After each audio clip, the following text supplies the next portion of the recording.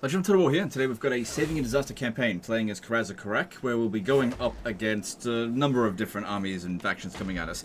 So it's fairly early in the campaign. Usually I like to take on save files that are beyond turn 30, but this one's in a bit of a pickle, and this is also sent in by somebody that's newer to the game, and so I kind of make leniencies for that. So I'm just going to read out the email, get a bit of context of the situation, and then sort out a plan for this. So he says, hello Legend. New fan of your content from Spain. I have this situation where I got declared war on of Clan Moors a few turns after defeating the Orcs on the west, and they suddenly show up with 3 full stacks after I just defeated 2 stacks of them. I also have this random minor Orc faction attacking in the north. To be honest, I think I could figure out how to handle the situation, but I'd rather see how you handle it so I can learn something new. I'm an experienced Total War player, but I only have 80 hours on Warhammer 3. Thank you for the time and cheese content. Okay, so there's a number of tricks that you can do here. So this situation here is probably the easiest to sort out. Now you've got Mount Gunbad here. Now this is one of those settlements where people refuse to give this settlement up in exchange for peace because it has an extremely high amount of potential. Now it's only making 465 at the moment, but it's worth a lot in diplomacy for a peace treaty. Now I'm not necessarily saying that's what I'm going to do straight away. I'm saying we're looking at what our options are. Now if we did that, we could also swap it for another settlement. So, yeah, we could swap it for either one of these if we wanted to do that. Now, before we do a peace treaty, if we want to do that, it would also help us to actually engage them in battle first and smash them. Because if we have a look over here, there's quite a few grudges that need to be settled, and it's raiding us for a little bit. Problem here is that this army is not particularly strong. We do have some gyrocopters, which the greenskin army here will seriously struggle with. It's just that they outnumber us by a fair bit, and at least the garrison here will come out and help us. So beating this army here shouldn't be a problem as long as they actually stand and fight. So we'll do that in just a moment. Because yeah, if I attack them and they back off, then that would mean that would actually be bad. It would, if that's the case, we would have been better off actually disbanding some of these units, but we'll see what we can do. So it seems like he recruited a few units over here as an emergency in the previous turn. Then we've got Clan Moors over here, of course, just staying just within our range. There's 0 out of 45 movement if we attack them. Now, this army here is alright. I can definitely tell this guy watches my videos because he likes to cheese, and he gets what needs to be done here. With the gyrocopters. This is a really good army here, and especially because I can see you've gone with Stork. And yes, talk with this. So you do seem to know what you're doing, even at only 80 hours. I've seen people with 400 hours not be building armies this good, but whatever. So what we could do here, if we want to get out of, let's firstly have a look in diplomacy. What are our wars here? We've got Clan Moors, Rictus, Harbinger of Disaster. I don't think you need to worry too much about them because they don't even have an army. I guess you just recently destroyed them. And it's unlikely they'll send any armies at you anytime soon. And it looks like Disciples of Moor might actually finish them off, so yeah, just don't worry about that. They just don't want peace. Then if we have a look here, Drip and Fang. So you're really only at war with 3 people at the moment, although we don't have any Clan Rictus armies coming at us. If we have a look at where Clan Rictus borders us, yeah, on these settlements here, so they've got 4 regions, but we can't see where any of their armies are. If we moved up over this way here, we might find that Clan Rictus is making their way over here. It's just really hard to say. And let's see what are the options for peace. So if we sold Black Crag to Clan Rictus, we can get out of the war. I'm just seeing what we could do. See, when you're in an overwhelmed situation and you feel like you've got to just get out of some of these wars, obviously defeating the enemy is the best way to go about it, but sometimes you just simply don't have enough armies and things have just gone too badly, just getting attacked on all angles too hard. So the other option is Clan Moors. Now, because they've got all this territory here, including Karak 8 Peaks, I think we want to stay at war with them. If we have a look here, I reckon trying to get out of the war with the Drip and Fangs, that's what we should try to focus on first. So, let's take this army here, and then attack here. I won't bother trying to make this guy Stalk, because we'll be getting reinforcements coming in. Okay, I'm actually surprised they stood and fought because we've got everything on the maximum battle difficulty. So we can actually auto-resolve that. Now, if we do auto-resolve it, it's likely these units here will take a serious amount of damage, but it will probably wipe all of them out. But if these ones here take a lot of damage, then I won't be able to use them against the next army. So I'm inclined to fight this manually, even though we'll probably have to fight them again. It's just that we could use our garrison to absorb most of the damage. Unfortunately, the auto-resolve doesn't take... Oh, look, you've got a garrison into consideration. We'll throw that at the enemy first. No, they'll throw all of your troops away, especially the Slayers, and you'll end up with like 10 troops left on them, and the garrison won't be in particularly bad shape. So, also, the garrison doesn't contribute to your strength ranking, whereas your army does. This is why I quite often am so willing to throw away my garrisons. Yeah, I'm willing to take twice as many casualties if it's garrison forces as opposed to my main armies, because you need your main armies in order to make the enemy feel uncomfortable. So they're more willing for peace, because yeah, they'll never accept a peace treaty with you if they feel like they can win, but they'll definitely accept a peace treaty with you if they don't feel like they can win. Didn't mean to move that. Just move them back. So with these ones here, just want to make sure we don't get too badly shot by the goblin archers, but try to take out the units that are going to be particularly dangerous to our dwarven units. So squigs are anti-infantry and armor piercing. Being infantry and armored units, that would be a top priority to get rid of. Don't need to worry too much about those goblin archers. We've also got bombs we can drop down. Also, with the brimstone guns... Okay, so one thing that you shouldn't be doing, don't recruit brimstone guns, recruit the regular gyrocopters. They're cheaper, because I can see you had a budget problem. And, in my opinion, they're still better, because they've got overall more ammunition. These guns here have been getting a bit of a buff. And they'll do just fine for this battle here. But yeah, I reckon regular gyrocopters are better, personally.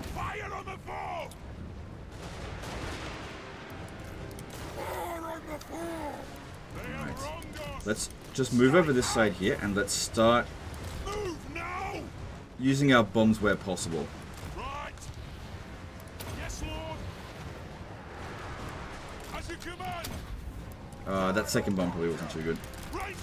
See, moving your units around constantly with the gyrocopters like this, it makes it so these ones here have to sort of reform, and it makes it harder for them to actually hit us as well. So we haven't suffered any casualties on our gyrocopters just yet. They can take a bit of damage. Not playing as Malachi McCason, so we don't have the option to regenerate any health. But overall, I'm pretty happy with the amount of damage we've done so far. Now, as for these ones here, make sure that they're the ones that are up front, where these ones are behind them, because we don't want our main army to take any damage, because we still probably need to use them. And like I said before, if our army is in perfect shape, it'll make it so that we can get a peace treaty cheaper, and maybe we could actually continue the war, maybe, or get a cheaper peace treaty, so we maybe don't have to sell off Mount Gunberg. Gunberg.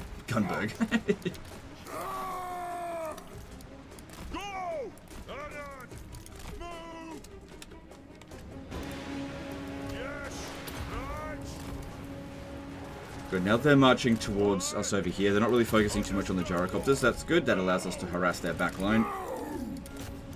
Just every now and again drop some bombs. You just don't need to focus on it too much.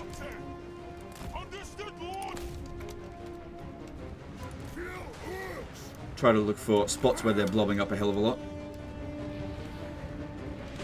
Now, some people I think would try to focus on the Black Orcs, but I'm really not that concerned about them because they are slow.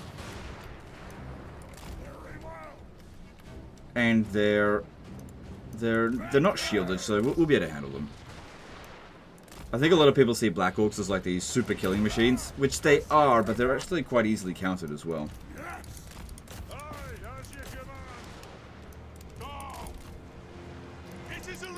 So yeah, this battle, getting victory isn't the problem.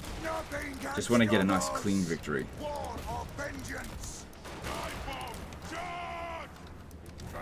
Because yeah, a lot of the enemies, they're looking at how many wars you're in and thinking, well, I might not be as strong as the player here, but they're already at war with 3 other people, and combined, we're stronger than him. So that's why you want to get your number of enemies down and your strength rating up. You want, because the AI fucking cowards.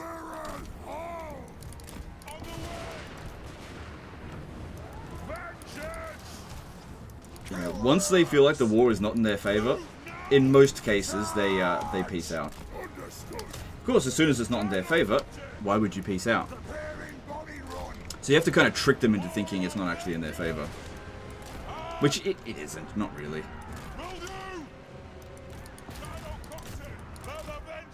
Okay, so yeah, the amount of harassment we've done with the gyrocopters I think has been good. Okay, now the front line of melee infantry here is too close to the back line of missile units.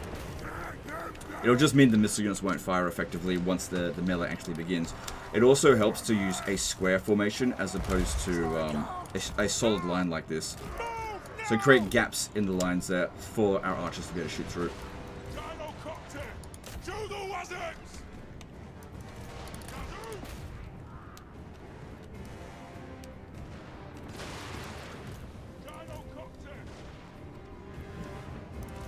So Snarling pump wagons are a little bit dangerous to us because of their, you can move up a little bit, anti-infantry. So try to focus on them.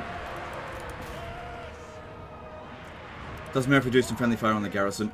Because like I said, they're not factored into consideration when it comes down to strength ranking diplomatically.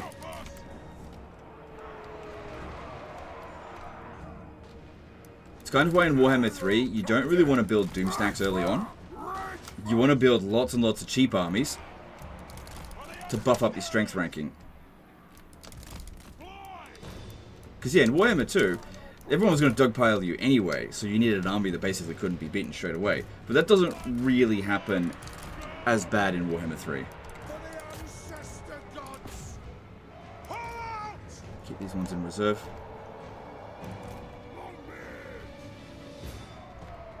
Lord recently died. What? I guess it was the garrison, quote-unquote, Lord.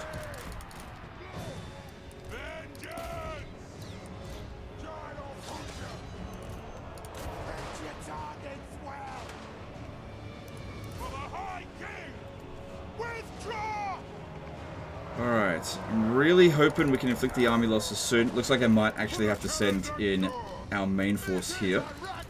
Back just a little bit longer. Send our Lord in, because we can always swap that Lord out for someone else if we need to gain a tiny modicum of balance of power.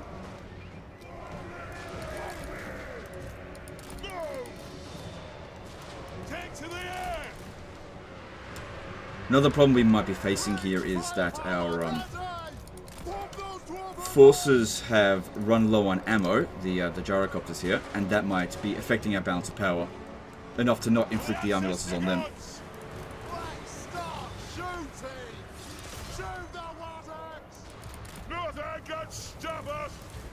So try to let the garrison absorb as much of the damage as we possibly can. Right, I'm going to send these ones here without any ammo to go and fight them in melee, since... Oh, okay, this one's got bombs. We'll go bomb them over there first.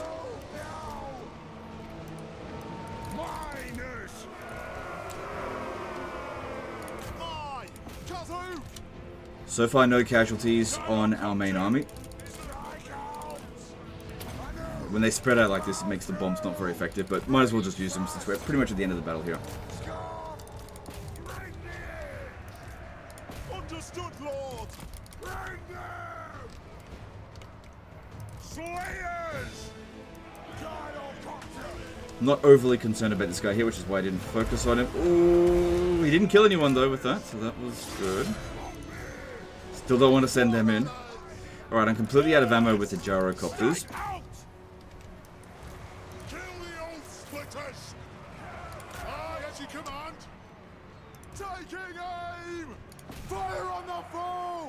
Also, it could be a good thing that we haven't inflicted the army losses, because it means we're killing more of them. I know it seems like I've done a bad job on this battle, but I've actually done a really fantastic job. It just doesn't seem like it, because every casualty that we've taken so far has been garrison. They don't matter. Like I said, I'd much rather take 2 times as many casualties against the garrison if I can focus the damage there. It makes a big difference. Ooh, are they going for that, are they? Don't think we're going to walk out of this with 0 casualties, but doing what I can. Not this one.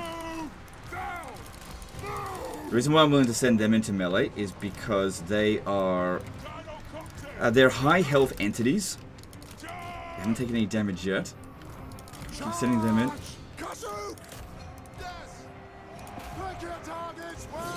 Just a handful of them left to go. But yeah, there'll be next to none of them left in the next battle. There's the army losses. Cool. And we took no casualties in the main army. The Lord having taken damage doesn't matter at all. Okay, that Lord is pretty much the only survivor of their entire battle.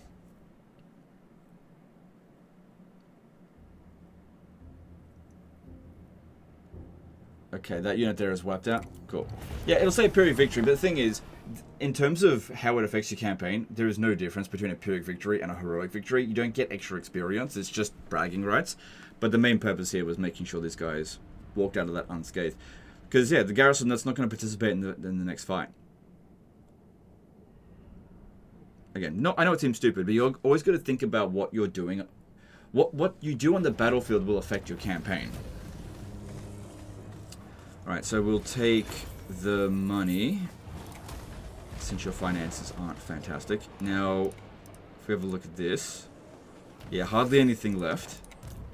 We won't be able to get to them. If we have a look, I think the peace treaty improved a little bit, but they still want Mount Gunbad in exchange for peace. But let's just see. Alright, so we can wipe that out, and we'll probably not take any casualties. If we give this guy extra movement... Yeah, I guess the only problem is that this one here being a spellcaster, he might use Vindictive Glare on the Gyrocopters. So I'll need to focus on taking him out first in this next fight. We'll still actually have a fair bit of movement left. I might even be able to make it to the high place. Yeah, don't auto-resolve it, because we need every single one that we've got here.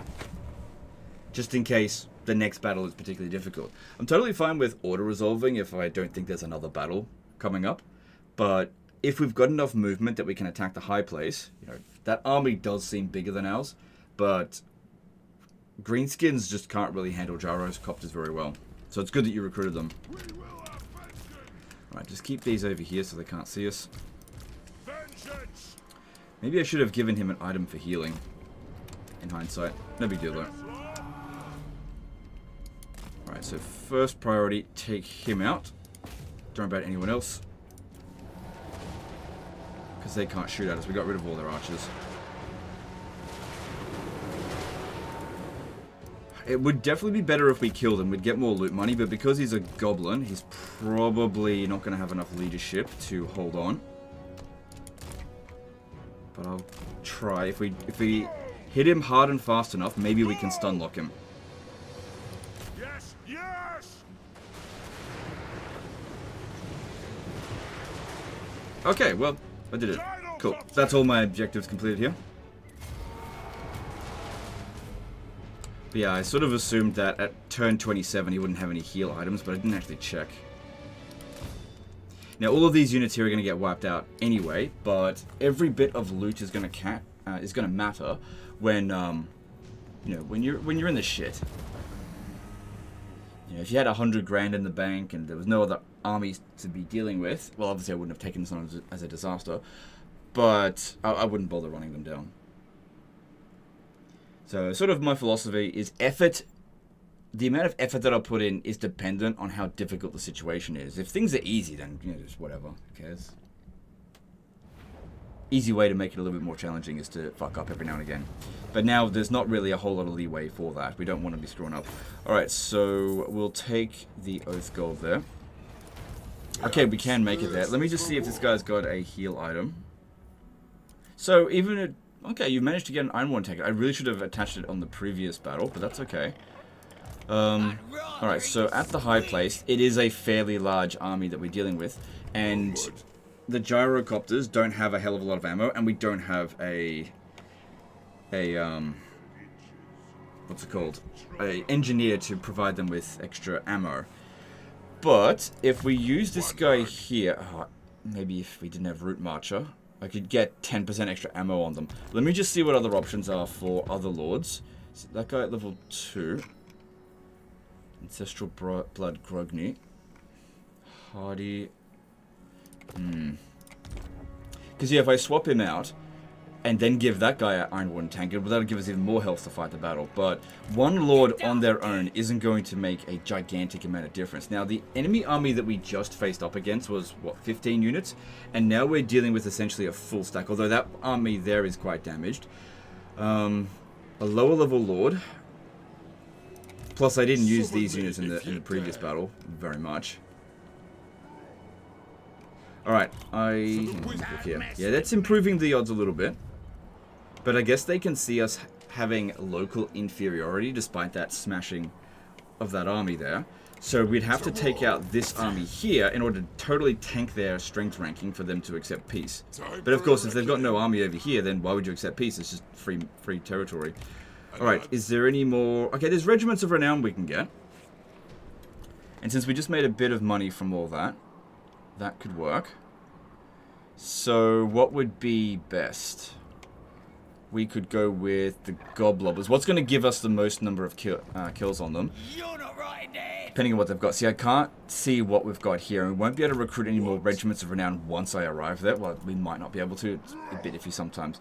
The Grim Delvers, those are very good. But the situation over here might call for these regiments of renown more. Typically speaking, Goblobbers are not good against Skaven because they'll just use menace below, so let's use that. Okay, with 10 units up against, so basically half a stack versus a full stack. Alright, let's do that.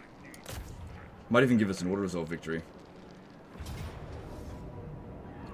Okay, well I probably shouldn't have. Okay, whatever. Alright, we'll kick this guy out now. Oh, range and trained. That is very good. But yeah, I need somebody who's at full health, so we're going to take him out.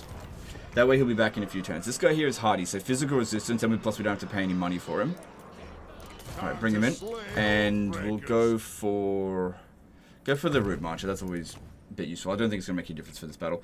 We'll give him a Talisman of Preservation, and Iron Warden Tankard, and let's see what else you got. Prospect, no, I don't need that. Armor of Silver Seers, nothing useful. No, it doesn't need that. Guess that, and you don't have any. Okay, no, you do have some good stuff here. Yep, that's good.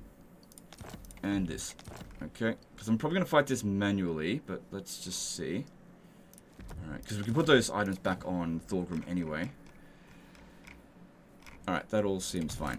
Alright, let's do this. Alright, if we have a look at auto-resolve, no units get wiped out. And it does say casualties low. And yeah, it's all on maximum battle difficulty. I wasn't expecting that, so I'll take that auto-resolve. Alright, well, look. Shit, we didn't lose any Gyrocopters, and they're our best units in the situation against the Greenskins, so that's fine. We'll do that. We'll occupy it. And you can continue your war against them, no problem now. And let me just see, could you sell the high place? No. If you got rid of this here and built a military building, they might accept it. But there's a military building there, so next turn, if we can make it there, looks like we can. This is why I wanted Root Marcher. Yeah, if we capture that, we might be able to sell it back to them for peace. Assuming whether or not you want to keep fighting them, but it would be much better to redirect these resources to fight the true enemy at the moment. Now, if we have a look at the situation up here, when we zoom out, we can see that there's an army sitting at Carrack 8 Peaks. But the garrison at Black Crag is probably going to struggle a fair bit against this. Now, it is a lot of trash in there for sure, but...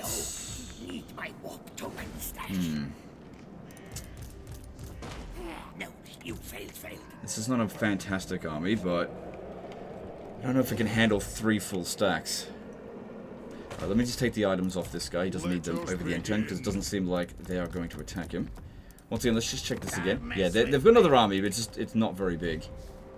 But you can see here, even though they're losing the war, they're not willing to accept peace, because you've got other enemies that are stronger than you, and so they think they're contributing towards you having a hard time. Because there's a lot, like I said, a lot of anti-player bias where the AI, even if they're not allied with each other, they'll kind of semi-be allied. Like, they'll serve each other's interest in sort of a cowardly sort of way. Alright, now this one here, that would be best to fight them, because also Skaven in the early game really can't handle this. This one here's got an option between fighting this army and taking this settlement. Now that settlement there's got no army in it, so I don't think it's that high of a priority to go and take. There's an army over here. So we could hit that and then go into an encamp stance so that we don't get ambushed. And this one here, it would be good to put on an Iron Warden tank. And you definitely want as much mobility as possible. Well, extra ammo would be good as well. I think this is enough to be able to handle this, no problem. Okay, so they've got a few good things here, but I don't think we're going to take any major casualties. Good. Let me just see. Isn't there a reduced ambush success chance in here? Or maybe that's for something else. Alright, just go down this line here. It is quite good. Okay, and then both of these ones here are stalking. Wait, this one's stalking because of Prospector's Mail. But if we go to Bare Essentials, they'll get stalked by default. That way you can put that item on someone else. So the next few levels up, you should probably consider doing that. But yeah, right now you need campaign movement range, because this is kind of your best army. Ideally, I want it over here. I feel like I can handle it. This should be a pretty easy fight. So we'll go in there and fight that. But I don't think I'll have enough movement to reach Crooked Fang Fort. Yeah, I'll fight this manually, obviously, because we don't want to take massive... Oh, I forgot the Iron Wooden Tankard for this one. If I back off and then attack again, I won't have enough movement to attack and then...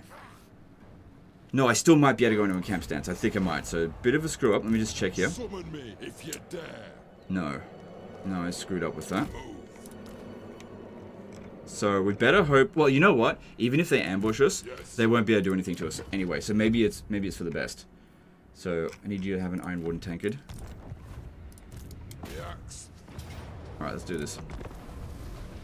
Because, yeah, if they ambush us, that could be a good way for them to come out and fight. I'll probably still be able to win, because our army is not that susceptible to ambush. We just have to be careful to get these guys out of range of the Skaven,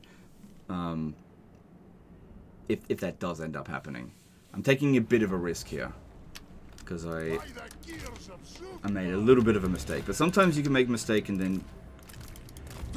You know, you can recover from it and then see. Sometimes you make a mistake and then a better opportunity shows up. But again, I'm just speculating here. I'm not entirely sure. But I really doubt if it's one army in there that they'll be able to defeat us. So what we want to do here is try to get around the back of their army, since most of their units are not missile units, and just aim for their artillery. Because if you go around the back of them like this, it takes them a while to start shooting again. Like I said, we want to take minimal casualties. So we don't want them shooting at us at all if it can be avoided. So they're turning around again. And also, see there's kind of a blob forming up. Great opportunity to just come over here and drop some bombs. We don't need to be sparing with our bomb ammunition in this battle here. So just going to like drop all of their ammo right now, rather than micro them individually. And they'll just, you know, do a bit of damage, but nothing spectacular. Okay, this one here is a bit damaged. Move it back. Now, their army's on forced march, so we don't need to wipe them down, every last one of them. It's just that the more of them that we kill, the more loot money that we will get, and experience. Okay, taking out the avalanche mortars. They're not actually that much of a threat to us in this battle here, because they're primarily good against infantry. But they're worth a lot of balance of power, so taking them out will be good just to get the win quickly.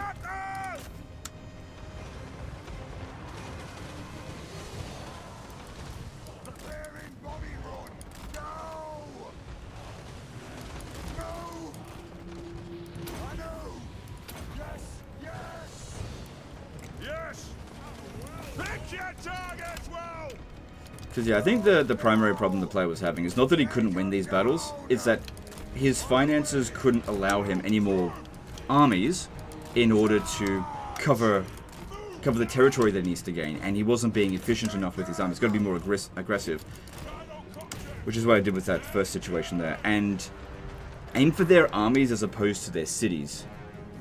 Because you take away the AI city, it doesn't really do anything to them, unless it's their last city, or like a really strategic location, like for example Karakay Peaks. But if you take away their armies quickly enough, then they can't defend their cities anyway. So I think the tough situation that we're going to have to deal with here is sending Thorgrim to go and kill 3 armies by himself with a damaged army himself. Thing is, those 3 armies, they are, it looks like they're fairly low quality. It's just that Thorgrim's army is also mostly full of miners. And I think sometimes people will see Skaven slaves and think, oh yeah, it's just like Skaven slaves, no problem, I can beat them. And then don't actually consider how many there are. Because even a Skaven slave unit can defeat armored units in enough numbers. We don't have enough information on... I actually took some casualties.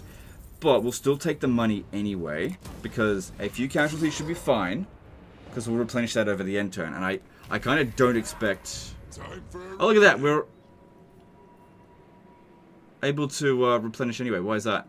Right, because I took the percentage into consideration, not the actual amount of movement. Oh, I should have let the battle go on a little bit longer for the extra heals. It's all good.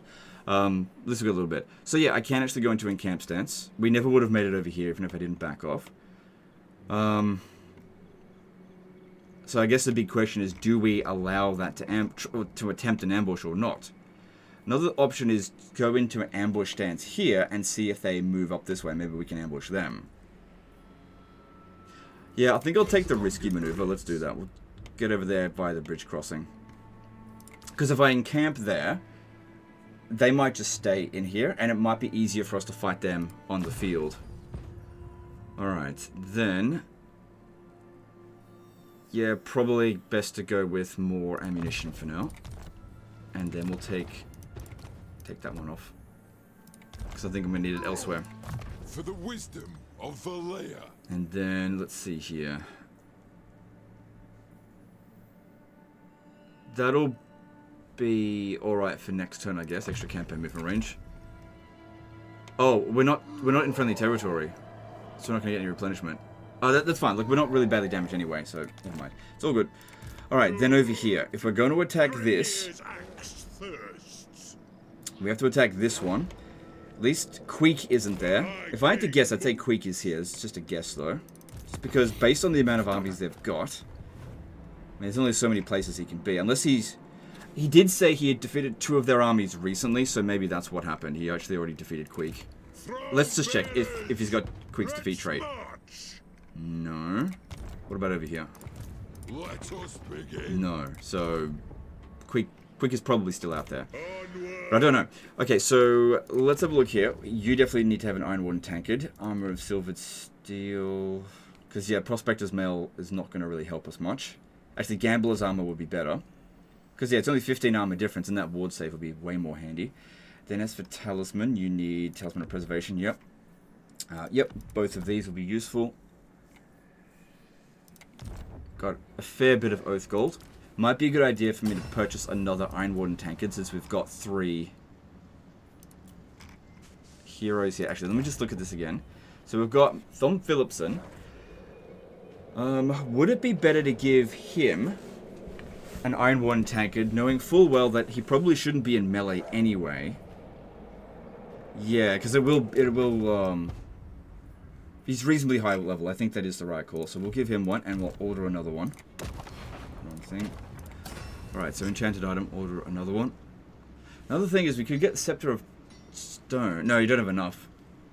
And we're not likely to get an extra... Unless we recycle some items. No, go for the Iron Warden tankard. You'll definitely make use of it. Okay. Then we'll need that here on this one. So take that off. Okay, 3 Iron Warden tankards. Alright, you can have the... Actually, Thom Philipson has probably more value to us in this coming battle due to restoring ammunition. So give him the extra armor. Yep, you'll need that. Yeah. Or what if... Hang on, is he already stalking? No, you didn't level him up for that. Because, yeah, what if he... The thing is, the majority of our army is melee troops. So, trying to hide him really isn't going to have much value to us. Because we don't have that much reliance on gyrocopters. We don't have lightning strike, do we? No, we didn't get it. Because I reckon the easy option would be to attack whatever's at Carrack 8 peaks. But this is the tougher option. Because if we don't go after this, then Black Crag will probably fall. Because, yeah, just overwhelming numbers. And siege defense doesn't really make it much easier. And we don't really know what else is in here. Could send Thorgrim to sit in Black Crag as well.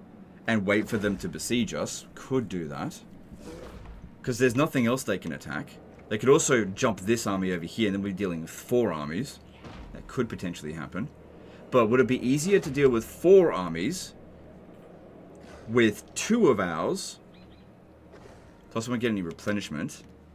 I don't know. That actually seems like maybe the wiser choice. Force march into the city. It's unlikely that they'll launch their attack. And they might just bloody run off somewhere. Or jump in the underway out over here. Aim for your undefended settlements. Because the AI are fucking cowards. I don't know. I'm leaning more towards defending Black Crag. Thing is as well. If we defeat them here. Yeah, I think we should try this. I think it's going to be tough. At least they won't have any menace below. Oh, we've also got regiments of renown we could potentially use. No, we can't recruit. Oh, hang on. If I move... Hang on. Let me just check this stuff before I start moving. What else could we do? Could maybe get some more character runes. Let's see what's available. Ward save would be good. Same thing with melee defense. The rune of parrying is actually really bloody good, especially for dwarf heroes. Because, yeah, increasing your melee defense to the point where you basically can't get hit, that's the same as ward save, and they're not going to shoot us. I reckon the rune of parrying would be more useful at this stage. Oh, hang on. Then again, Thorgrim is a large target. They will try to shoot him, so let's go with that instead. Okay. So each of them will get one of those. Alright. Yes. Alright, then, if I make the attack here, I could press backspace. We can still reach it, yep. And we've got access to regiments of renown here. So we already hired the grudge thrower over there, which I said wasn't going to be useful here anyway. I'd love to get the sky hammer, that'd be really handy. But not high enough level for that by a long shot. We could merge these dwarf warriors here without losing any entities. So this will make our army larger overall. Over the course of a long battle against many opponents, probably best going for the Grim Delvers just because they can rack up hundreds of kills. And that'd be probably the best unit to use Thom Phillipson's restock ammo on. Although he does get 8 of them, right? Okay. Yeah, I reckon that one there. Don't want to get rid of these here. I don't think you've got any others. Oh, you do. You've got a grudge thrower, grudge seller. Hang on, they don't have menace below, do they? No, Gracia, never wrong. Because, yeah, the grudge settlers that you start off with here, they actually don't count towards your capacity. So they're actually the best grudge settlers in the game. Really, really bloody good. So we really don't want them to get killed in this battle. That would be a huge disaster. But yeah, the only one he's got is this one here. If they don't have menace below, that would actually be quite useful. It'd be okay, I guess, to disband this miner unit in exchange for it, because we could get way more kills from this one than from the miners. And it's not like that's difficult to replace if we really wants to get rid of it, get it later. Right, let's do that. This will make our army stronger. Alright, I really can't make it that much stronger. Because, yeah, these ones here, replacing some of these guys with them isn't going to make that big of a difference. So let's go in with what we've got here. Make sure I actually click this one. This one keeps moving in front of my mouse cursor. Yeah, I figured that it would be a defeat and auto resolve. But at least there's no menace belows. Most of their army is complete trash, but don't underestimate the Skaven. Because, yeah, they can just absorb all of our ammunition if we're not careful. Alright, we need to put this banner on this one here. We want that one to essentially fight to the death if possible. Turn it into an unbreakable unit. And let's have a look at this map. Let's come up with a plan. Okay, there's no trees, which actually doesn't benefit us, because it could be really good to hide most of our units and just have the gyrocopters take out important units to begin with, like their heroes.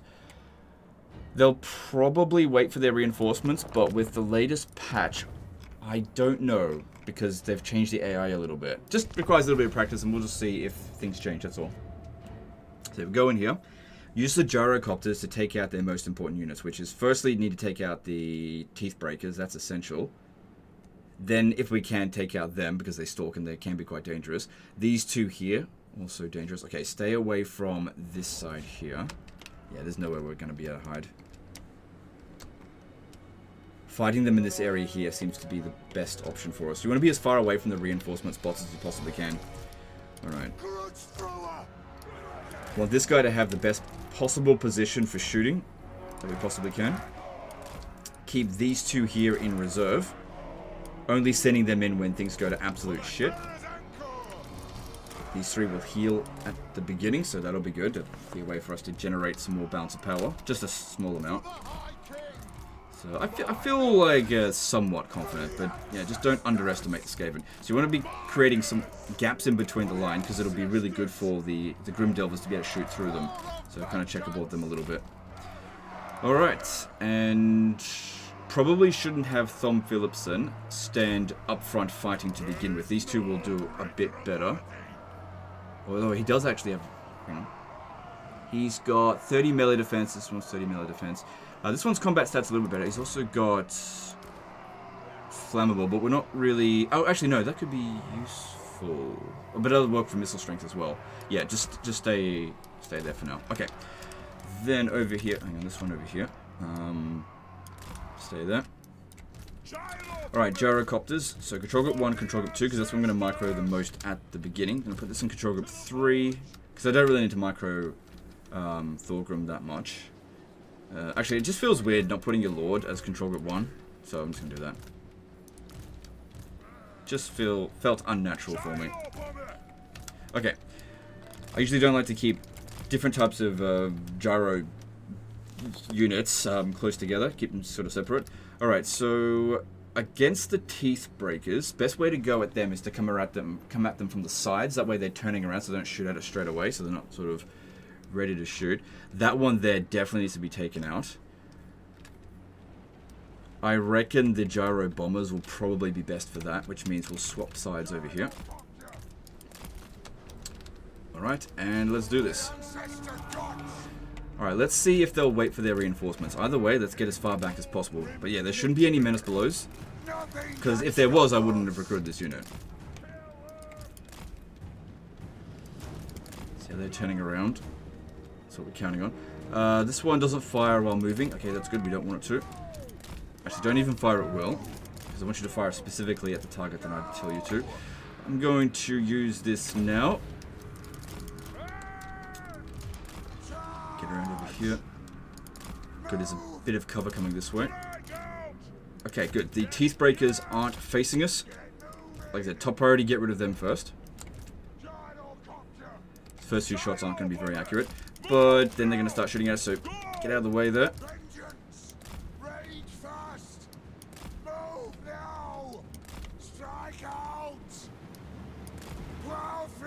Good, we got to them without them able to shoot. Oh, that's not great. Come on, guys, shoot.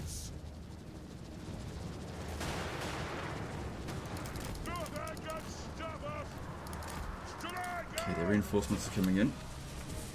They still haven't done any damage yet, but they're about to. Right, keep moving, if you can. Try to get around their sides. Because, yeah, the teeth breakers will wreck us super bloody quickly. Alright, and then, like I said, we need to get rid of this chieftain here.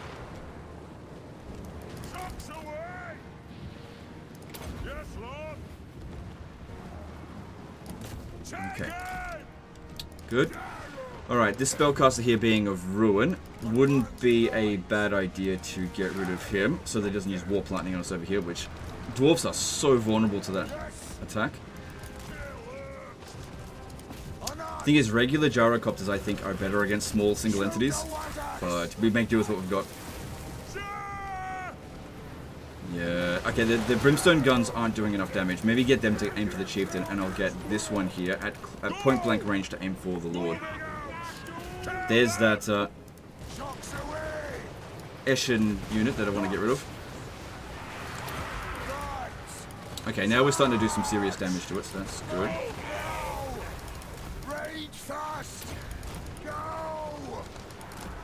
Like I said, we want to be at point blank range, or else it's just not going to be accurate. I guess with him constantly casting the spell, they are burning through their magic quite quickly. So that's good. Well, it is on very high battle difficulty, and... Oh, you know what? Though there's such a huge concentration, the gyro bombers over there would be really good. So I'm going to let this guy live for now, and we will see how we go with these bombs. This one, on the other hand, just keep focusing on that. But we just want to move every now and again, so that the Skaven Slave Slingers have to reposition themselves.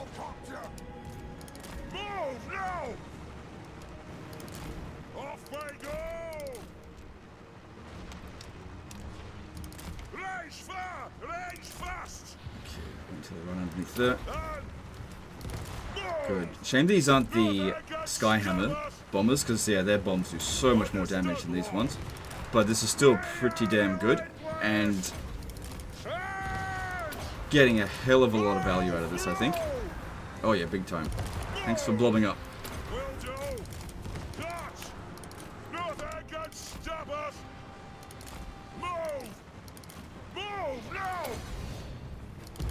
So damage done, 35,000. Cool, still got a few bombs left to go. Nearly killed this guy, but then they've got that one there, and that's an actual lord.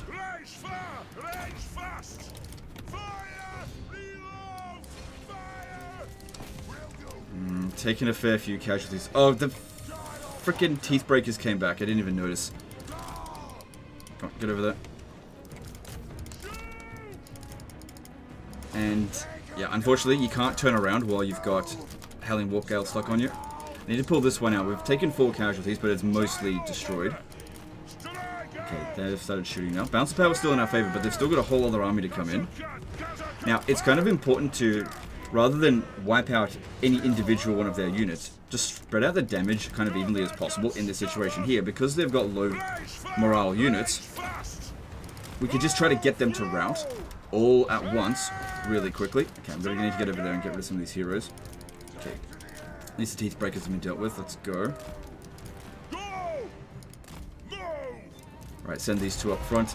I'm going to try to get as big of a clump going as we possibly can, so that the grudge throwers can shoot in there. Don't start using Rune of Wrath and Ruin until they're actually in melee with us.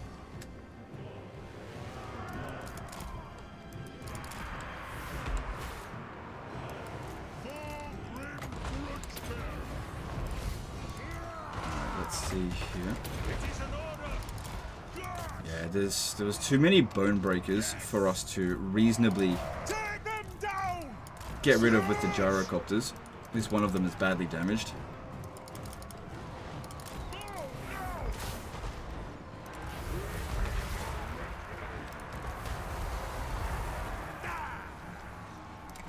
Slow them down as much as we possibly can.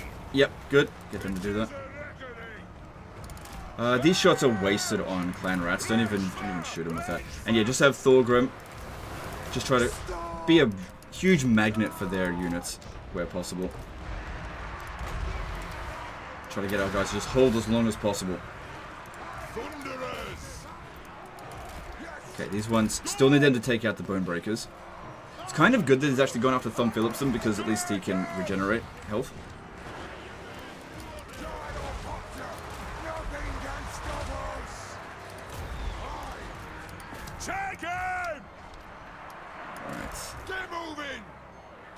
I did want you to use up your ammo on them, but they, even with fire at will, they just didn't shoot for some reason. I don't know. Yeah, turn around. This one's just about ready to break. It would be good to kill him.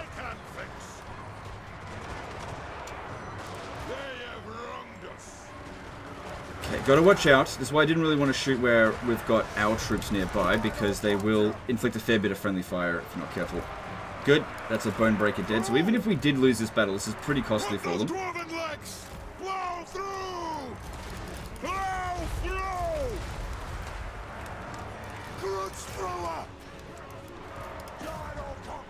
Okay, we've got a lot of Masunas coming over this way. Okay, how about you guys go around the back here and harass their reinforcements as they're coming in? Because we've somewhat got this under control. Somewhat. Okay, oh, hang on. Here's another freaking bone breaker.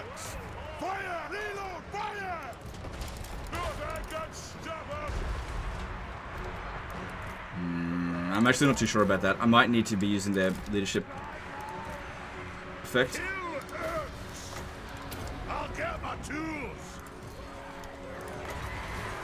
Unfortunately, they're not really able to pull as many units around them there, so we could really smash them. So I'm going to need to start aiming in here. It's just that these ones have like a kind of a scatter shot, so there's a higher chance of friendly fire. Okay, I'm going to need to start using this because our important missile unit is now in melee.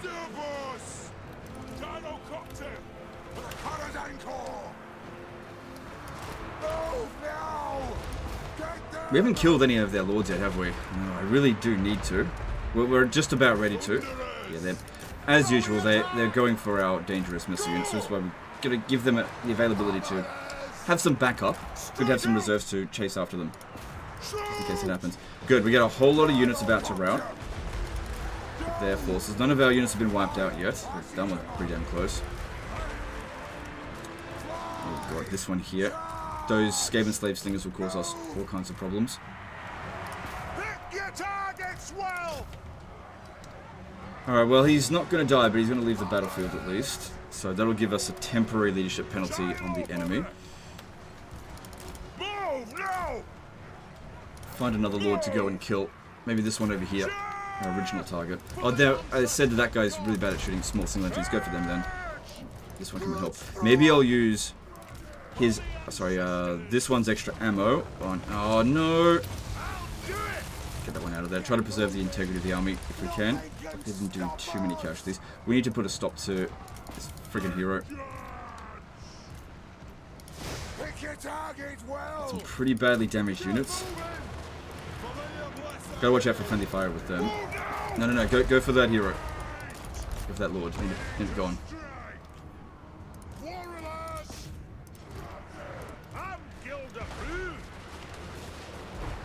Okay, get this one back, and this one. Cutting it close with them. Shit, I don't know who's getting that. Okay, that answered that.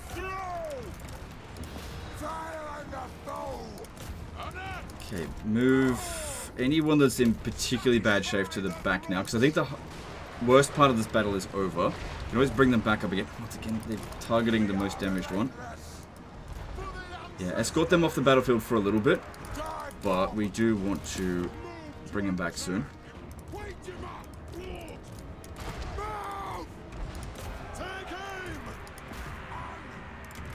Alright, got another reserve unit over here. Let's start bringing it up as well.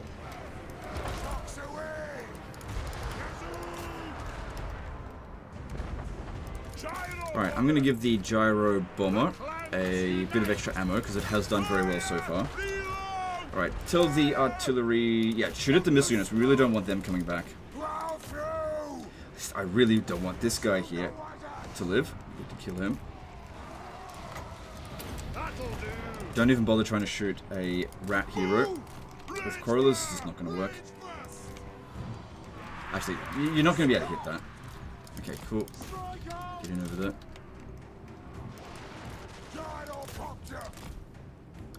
Let's get rid of this damn Gracie. Alright, so... How's that going? Yeah, they're getting him. They're getting him. Hopefully no more spell casting for them. But yeah, they've still got another army coming in. Balance of power is okay, so it does look like we're going to win.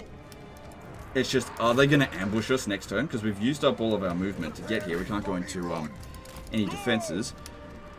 And if they ambush us... Don't want to lose any more gyrocopters if it can be avoided. Even a smaller army would easily be able to smash us due to the units that we've got.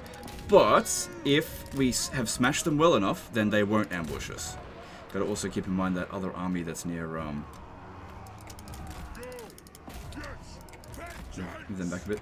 That other army that is near Carrick 8 Peaks will be on its way really soon.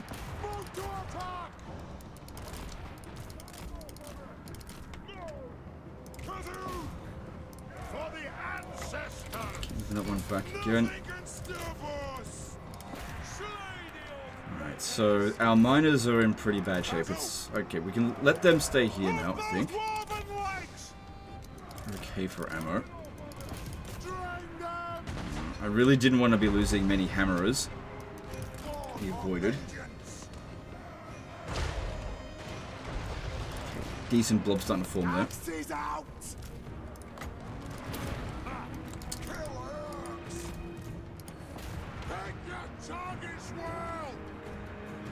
Alright, all their reinforcements have come in now, so we've definitely won the battle. It's just a matter of how much damage are we going to suffer. You know what would actually be better? Let's withdraw these units completely from the battlefield. This might seem silly, and this one as well. The purpose of this is actually to lower our balance of power, because we want the army losses to take as long as possible. We've still got a pretty big advantage, still got quite a few abilities we can use up here. So, by making ourselves weaker, we get these Skaven to fight a little bit longer, so I can kill more of them, while suffering basically the same number of casualties. While also it'll make it so it's less likely that they'll ambush us in the next turn. That's all I'm trying to say. So yeah, get this one off the battlefield as well. I can restock it, but it's not the most important one to use the restocks on. Careful, we're quite likely to hit our own gyrocopters though. Keep our heroes up because they've still got plenty of. Put that in control. Switch that around a little bit. Okay, that's fine. Never mind, I inflicted the army losses anyway. And now we just try to kill as much of them as we possibly can. Oh, we never actually finished off that freaking, what's it called? Gracia.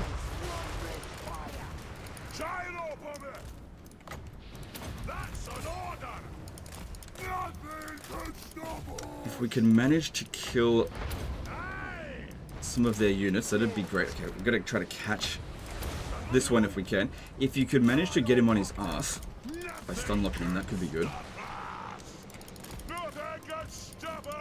Still got some bombs to use as well.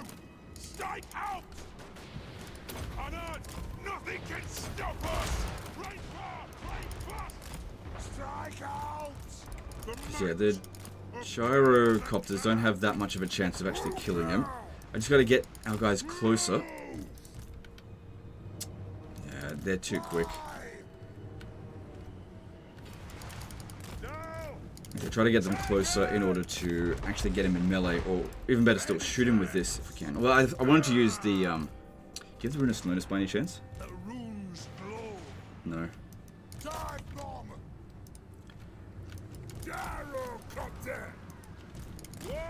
I might be able to kill this one though.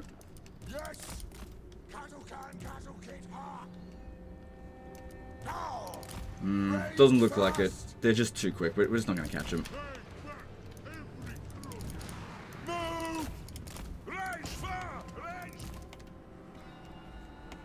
Nothing else in range there.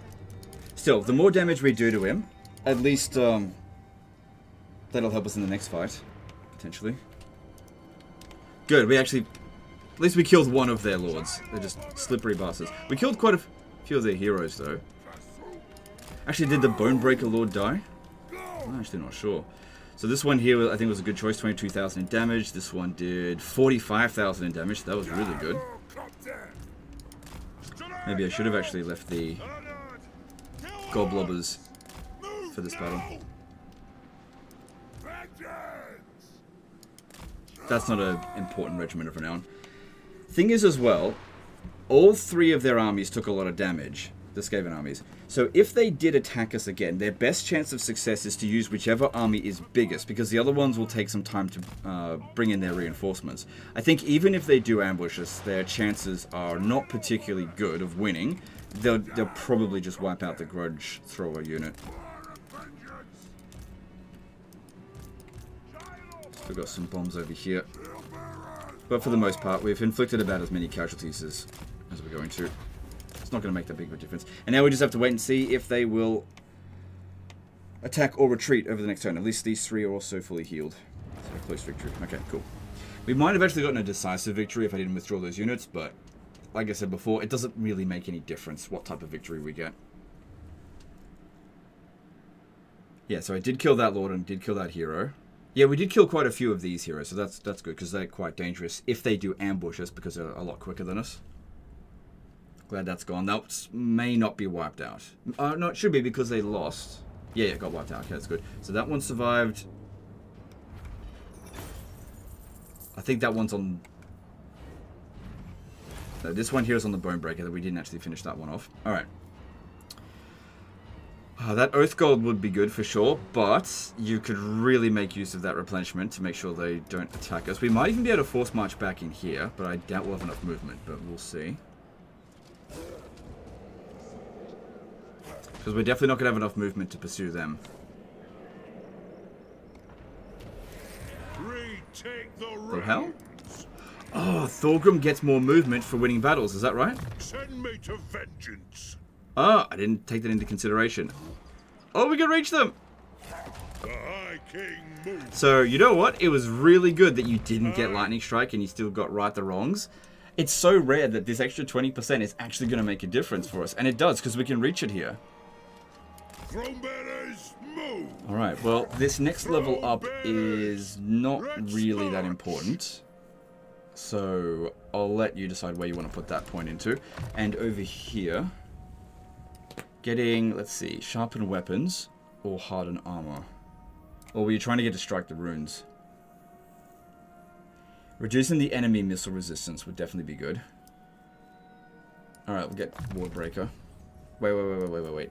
Isn't there some really good stuff in here, like extra ambush defense chance? Yeah, going up against the Skaven, that ambush defense chance is going to be really bloody handy. We'll need another level up, but we should be able to get that in the next fight. So, oh wait, he's not high enough level yet anyway.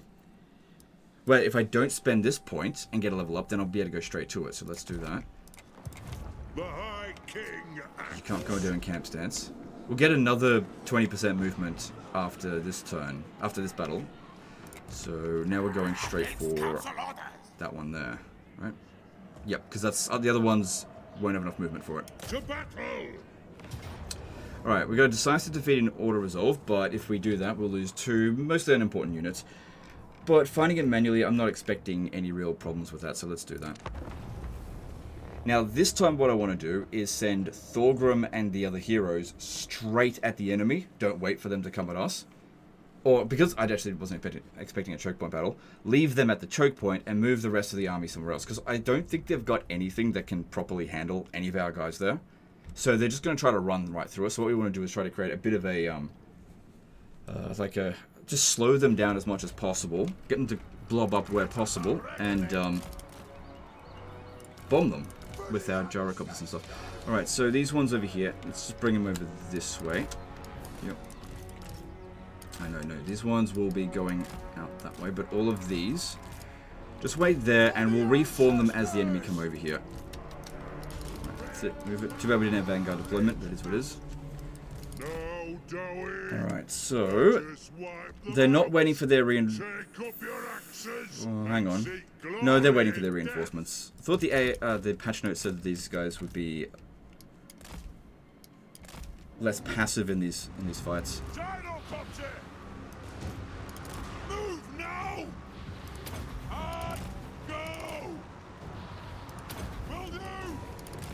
First one we should definitely try to get rid of is the Bone Breaker. Yeah.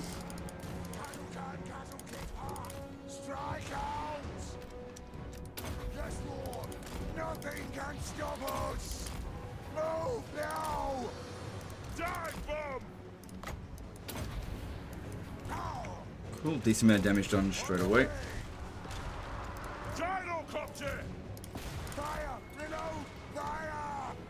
Okay, might be better to wait until they start coming in as reinforcements before we start bombing them, just because they come in such a blob. I mean, this is a decent blob here.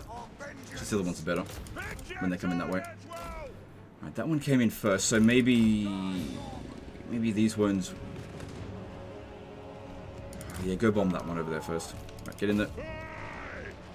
Yeah, because there might already be like 36 units on the battlefield. No. Still, that blob over there does look better than this one. Just tighter. Right, cool. Getting them to blob up and then pop this down. Good.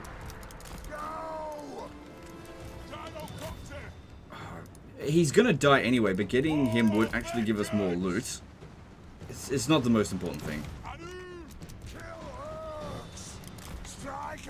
Let's just focus on getting a win with as few casualties as possible so we can push on and actually capture some more territory from them. Okay, this is good here.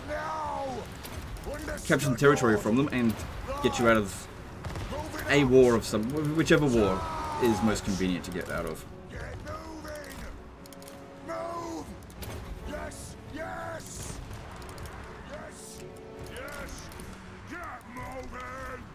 Good. That'll work well there. Keep them within this area here, although they might start moving around this way. Yeah, it might be better to come around over here.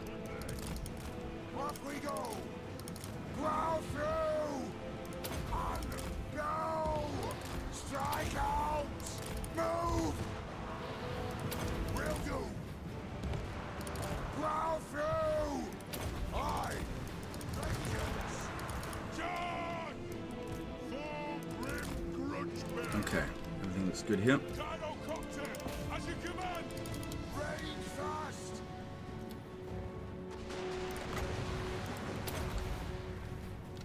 Just want to try to be careful not to get this one any serious casualties. Aren't the teeth breakers here as well? No, we wiped them out.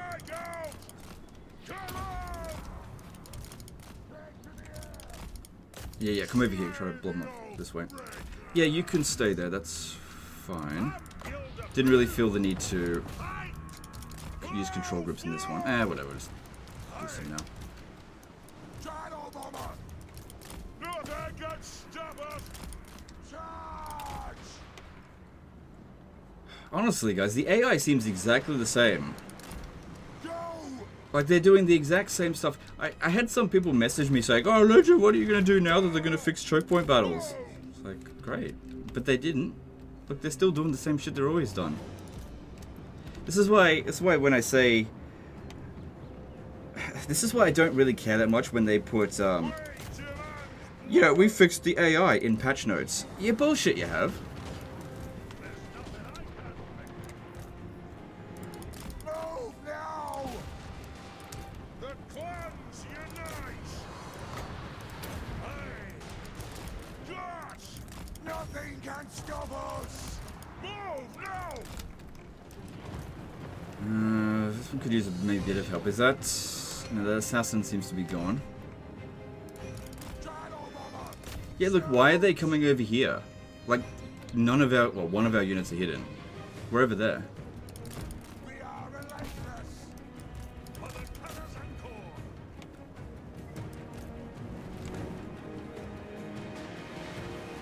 core. It's the same. They're doing the exact same shit as they've always done in choke point battles.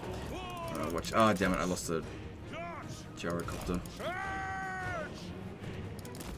Oh well, it happens. Range fast. Roll through. Okay, now, why are they doing going back over here? the AI is not better. This is not better. Whatever, it's fine. Alright, I need to get over here and help Thom out. He's a bit damaged.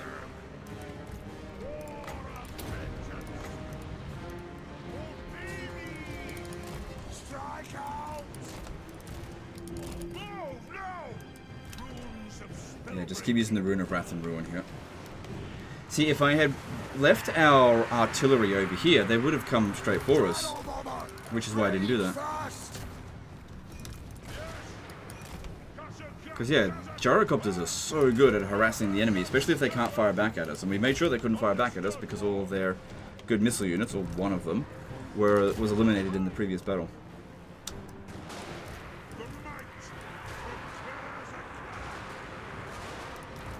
For the devil's cross. The clans unite. Axes out. Yeah, they're doing exactly what I thought they'd do. They just run right past our heroes. That's why I didn't think they were under any real threat. Apart from the engineer, who doesn't have as high melee defense. Shocks away. Master engineer. Or at least he's got the Iron Warden tanked, so that's good. Okay, I should just about done here, I think. I mean, the bounce of power is nothing. Guts. Gyrocopter. Gyro bomber. Take aim. It is Don't want to overcast it. preparing bombing run. Nothing can stop us. Gyrocopter. Kill him. I guess the part of the problem here is that shooting at these guys, they're so low value that it's not going to trigger the army losses. Because our ammunition is actually worth more than them. I'll just keep restocking. Be fine. Gyrocopter. Fire on the foe. Let the vengeance. So why are they going over there? I at no point in the battle ever put a unit over here.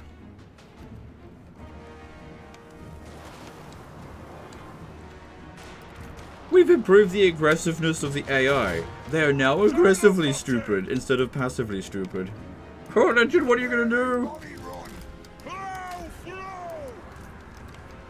We have improved the AI's IQ by 10%. Good, it's still 0! For the High King.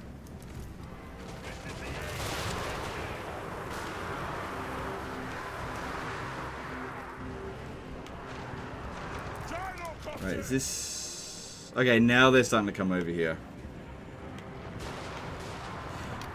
Well, if that is the case, we should probably get over there and harass them. It shouldn't take much to rout them.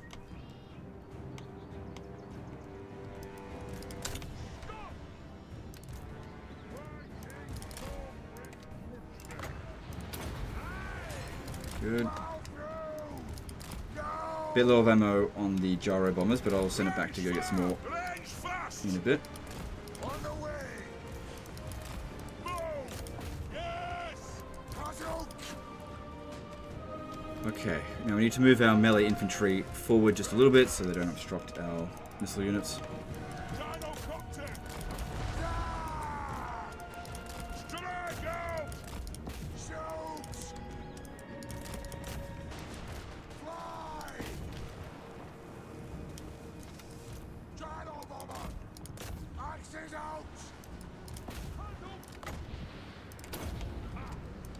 Okay, all this is looking good. Yep, they might make it close, but I don't think we're going to take any casualties over there. Alright, time to go back and get some more ammo for you. Oh, hang on. Why did you land? I don't recall blessing ult. How'd that happen? Maybe we will take a casualty or two. We'll see. I mean, over here. That's what we're talking about, them being stupid. It only took them 11 minutes to figure out where you were, even though you weren't hiding.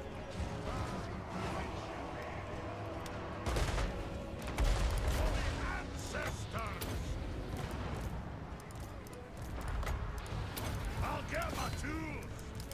No, now. They have wronged us. Create a bit of a gap for these gunners here. We don't want them to be obstructed or inflicting friendly fire, which grudge rakers can sometimes do. So be a little bit careful. Give them as clean of a line of sight as possible. Get back. We don't want to obstruct their line of sight so they don't use their bombs on them.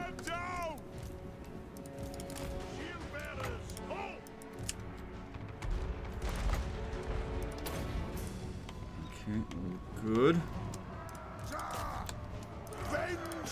No, be shooting at a faraway target. And there's the army losses right before they reach our front lines there. Good stuff. Good stuff. Alright, minimal damage. We'll probably recover more casualties than we took if I use post-battle loot options. And yeah, all of these armies here are wiped out.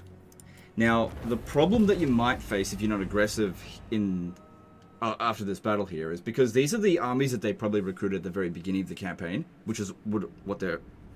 This is all they would have had available. So now that they've got a whole bunch of funds used up... Oh, I took 3 casualties.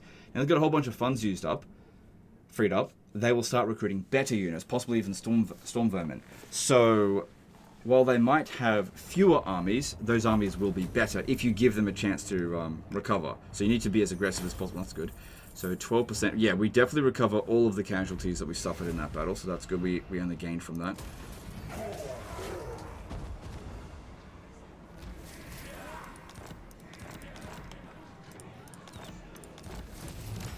Now, what's going on with these guys? They're at war with Clan Moors as well. Okay, well, good. That means that they're a potential ally. So might as well do that. I mean, they'll probably end up getting wiped out by this army in here. But, yeah, just whatever. Might as well get some money out of them. Alright, so when we have a look over here, there's an army at Karak 8 Peaks. There's nothing over here. It'd be quicker for us to get to Black Iron Mine, though. Yeah, we won't be able to make it to Karak 8 Peaks unless we force march. And like I said, go for where their armies are, because like you'll capture the settlement and need to defend it. It's probably only a tier 1 settlement or anything, because it's only turn 27. It's unlikely to be worth a hell of a lot. But as I was saying before about certain settlements with landmarks, in the early stage of the campaign, some people just go for them straight away, and then they can't get any value out of it anyway. So let them keep it for a couple more turns, and secure the more strategic assets at the moment. The things that, you know, just take away as much as you can away from them as quickly as we can, even if it's not their best settlements. Now, let's have a look here. So Clan Moors is a bit more inclined for peace, just seeing what's available to us. I am quick. I am mighty. Can still offer the Black Crag for peace. But no, now that we've taken out their armies, why would we do that? And our finances are now a little better because the armies that were raiding us are gone. Right, let's have a look here. Let's see. I usually don't get the grudge ones. Okay, you've got the one that's important for us right now anyway. Yeah. Yeah, I'll just leave it. That way you can just level him up however you want. And there's the bare essentials for him. And this one, there we go. We get learned intuition, which will give us ambush defense chance plus 20%, which is really bloody good against skaven. Spell resistance is also good, but yeah, definitely want that one. Alright, and then we'll make it to Black Iron Mine next turn. I doubt they'll send an army to go and stop us. Although another problem is that it brings us a little bit closer to Tretch Craventail, and at the moment it might be better to not share a border with him. Hang on, let me have a look in diplomacy and see what other enemies he has. Alright, he's probably a little bit preoccupied. Just a little bit. He's only got 4 territories as well, whereas Clan Morph's got 14. It's just that we don't know what's going on over there, that's all. But we can see that there's no army garrisoned in those settlements there. We just can't see what's out here. And like I said, there could be a whole horde of Clan Rictus armies right there. We just can't see them. Can't go into camp stance. Yeah, let's go to Black Iron Mine. Okay, so we've moved all the armies that we've got. It's still early in the campaign. Alright, this one over here. I need you to get Tradition and Innovation. And don't globally recruit. Just leave that as it is. We should be fine to come over here and occupy that. And then maybe even sell this settlement to Rictus in exchange for peace. Maybe. Okay, we've now got enough money, we can upgrade this, so making Gunbad more useful. So you built a public order building there. Yeah, it might be good to keep that just a little while longer. It's just that you can make an absolute ton of money from this region. So you definitely want that next build slot to be the landmark. And then you also want to get some kind of economy building. Although personally I prefer to go for the trading depots. Even though it's a little bit less money, and you don't get construction cost reduction, Oath Gold, as we've seen, is really bloody good, because you can get so many awesome items and make armies that basically can't be beaten. Alright. But you're doing a bit of that here and there, so spreading it out is fine. Alright, Iron Rock. Yep, get that going. It might be better to actually upgrade Iron Rock to tier 3 because there's a good landmark building here as well that provides you with good income and some carved obsidian, which, do you have any obsidian at the moment? No, so that could make you a lot of money because you got a lot of trade agreements. Let's have a look in diplomacy and see what else is going on. You can get military access with them. You know what? Having a defensive alliance with him might actually be really handy. I'm sure he's got a fair few grudges though. Oh, no, not really. Maybe he didn't... Because he didn't fight against Barak Var. They're actually very close to Confederation. Feast and drink. Interesting. I might be able to confederate them now if I finagle this around a little bit. Right, if I sell them Barag Dawazbag... Hang on, let me have a look at this for a moment. Because, yeah, if we could make a... Oh, that's not worth very much. Let me just see. If I sell them Barag Dawazbag and get a military alliance with them, and a whole bunch of money, maybe drag them into a war. This might work, it might not. Wait, hang on. First thing first. No, you definitely don't have the Confederation penalty active. Alright, hang on. Let's do this again. So, offer Barag Dawazbag in exchange for a military alliance and try to bankrupt them as much as we can. Then, tell them to join war against... The more wars that we drag them into, the more likely they'll confederate. But if we give them territory, that'll drag it down a little bit. So this might not work, we just don't know. Very well. Okay, it's alright. It's alright, we can work with this.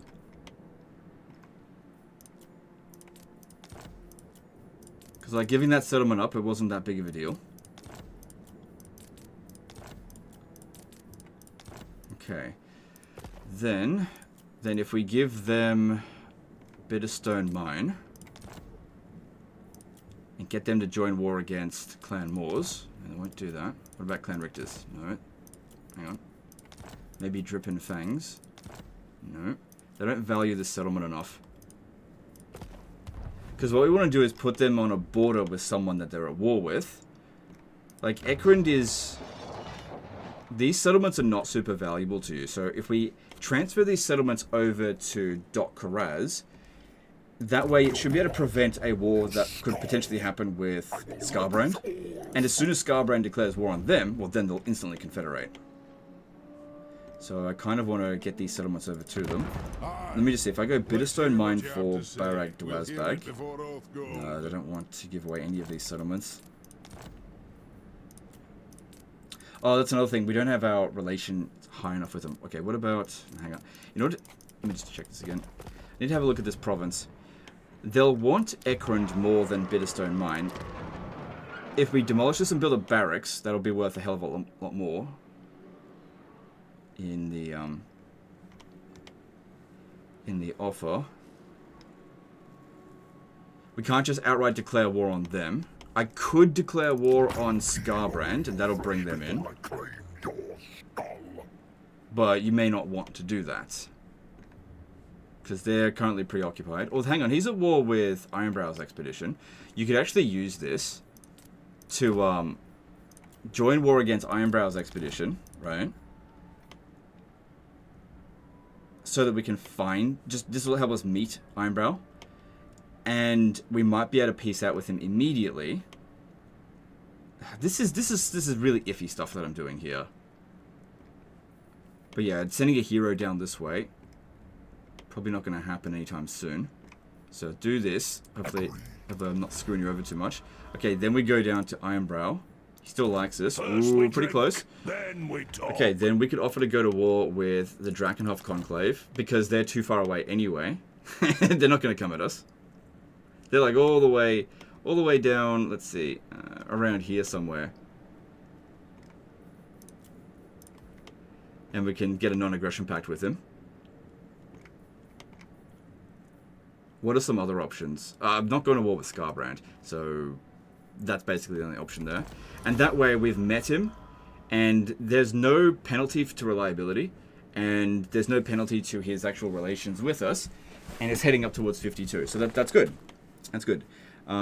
We should be able to get a trade agreement with him at some point. Then there's this one here, Drakenhof Conclave. I just wouldn't worry about that one, to be honest. Okay, we could offer to join war against Khemri. Let me just see. Nah, alright, never mind. Don't worry about them. They're too far away to worry about right now. Maybe even if we speak to Scarbrand, get him to join war against the Drakenhof Conclave. And we forgive him Ekrund.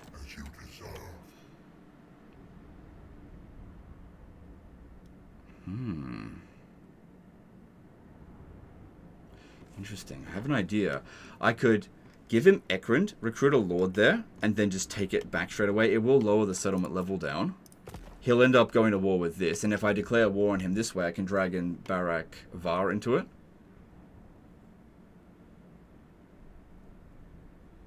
Maybe something for another time. Just let the rest of this play out. I'm getting too intricate with this. I don't want to potentially screw him up with this stuff. All right, so that's all fine. We got a little bit of money. And why did my finances go down? Oh, because I sold a small settlement. That's okay. That's okay. All the settlements are being taxed. Okay, let's get that upgraded. And over here, trying to rush growth. That's fine. Your public order's good, so you don't need this here. Yeah, see, we don't want to upgrade these because otherwise it's going to take too long to get to tier 4. I can see what he's trying to do here. Yeah, if we spend 2 growth now, that's not efficient. Go for this one here because it's coming in fairly quickly. All right, and then just be careful not to spend too much money, or else we'll be really in the shit. All right, with both of these settlements here, let's get rid of both this and this. Build military barracks in both of them. So this is a 2-turn process, so that we can get more negotiation power with them. Because if I sell it over to them and then just confederate them, well then I'm not losing anything, am I? Okay. Ahead! Alright, let's move on to the next turn now.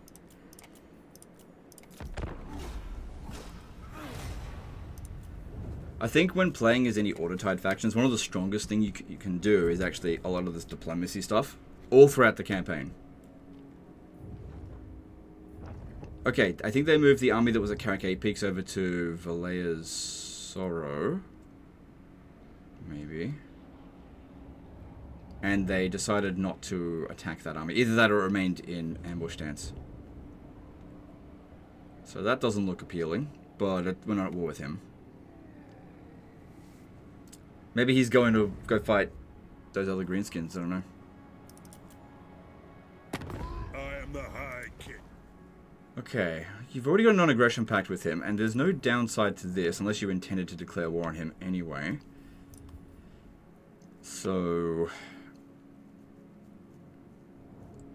I don't know. Yeah, this will help your income a little bit.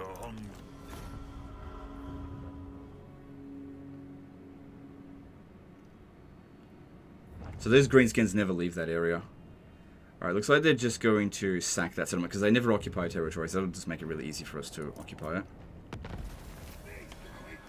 Oh wait, no. What ended up happening is they got wiped out. Okay. So what's this? Quest battle. Don't worry about that right now. Alright, well that should be easy enough to capture. And let's have a look here. In diplomacy, harbingers of disaster. They still haven't raised an army. Let's see. These guys here, that is better than what it was before. So maybe they'll accept peace in exchange for that other settlement we just took. No. Not yet. There's an army there and an army here. This settlement here is actually more of a threat to us because if we come down here and capture Crooked Fang Fort, this army here could march north unopposed to Iron Rock, whereas this one here still has to contend to us one way or another. And then we could just go straight to Caracay Peaks anyway from there, which we still don't know how valuable it actually is. Now let's have a look over here. Honor to Yeah. your ancestors. Every time we give them territory, it resets. It's like a 7-turn cooldown for Confederation, but the relative faction strength is actually pretty good. If I could just get the relation up to 150, which just takes a couple of turns, they will confederate. I'm pretty sure. Especially if I drag them into more wars. And keep taking away their money so they don't recruit new units. Wisdom of Valea. So over here, let's get this built and this built, because that'll give us massive amounts of trading power with them. Yep. Okay, so this one over here, let's attack here. But did I take the iron? I did. So put this back on. Don't worry about any of the other items, it's fine. Let us begin. This is why it's really important to sort of check to see where their armies are during the end turns. Especially against Skaven. This is a very easy battle. They can't do anything about this at all. But I have to fight it manually. But I don't think we should record it, because honestly, this is going to be so easy. It's going to be ridiculous. So yeah, as you can see, I didn't even really do anything. I just flew up over here and just won. So, didn't take very long. Since they're in the settlement, they all get counted as being killed. So I don't need to run them all down. So I only do that if it's a siege battle. Whether it be a minor settlement or major settlement, you don't need to run them down in that case there. But if it's a field battle, then you always want to try to run them down, because you want the maximum loot money, which will also hopefully increase your oath gold that you get from it. But in the situation here, it's not going to make any difference. Yeah, it's pretty amazing how good these guys are against this kind of army. I mean, that was 4 minutes. Look how many kills they got. So all dead. We've got the full loot money for that, which wasn't heaps. And we'll just occupy that. So we're gaining ground now. And For the wisdom of Valea. let's see. Shame there's no army in here. But I think we did make the right choice to come over this way. Beards in belts.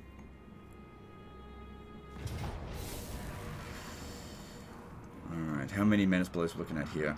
6.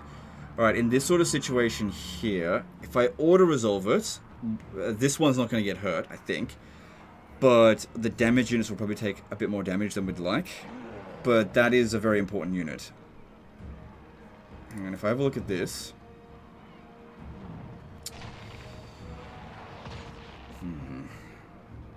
If I fight it manually, what I could do is just withdraw this unit from the battlefield, because I don't need it to win. Get these guys into a massive clump, and that way the Menace Belows, well, they won't do anything.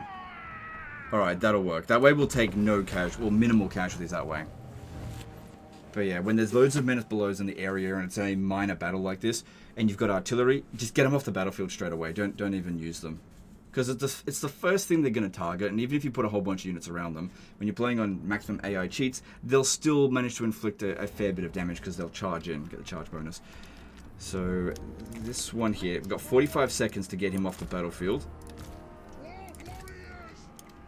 And these ones here, just blob up. That way, when they summon it, they're just going to take immediate leadership penalties and run away.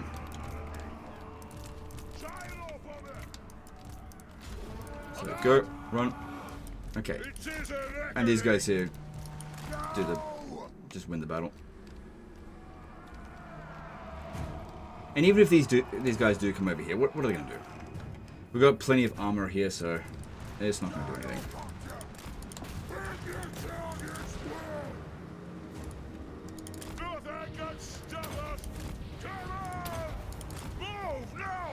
Decent bombs.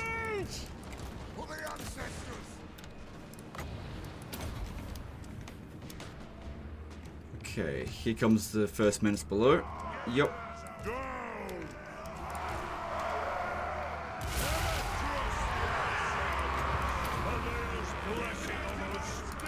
Oh yeah, don't have any of these fire at will. Okay, they're getting a few kills in.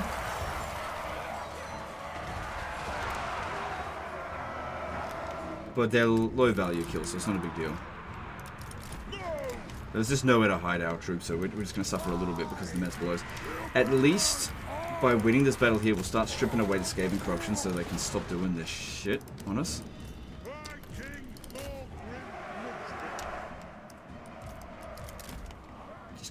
Everyone just charge into melee against the Night Runners here, because I don't think they're going to get any kills. It's going to be spread out amongst multiple units. But legend, you've got power to shoot them. No, this is fine. Okay, redirect in a moment to this.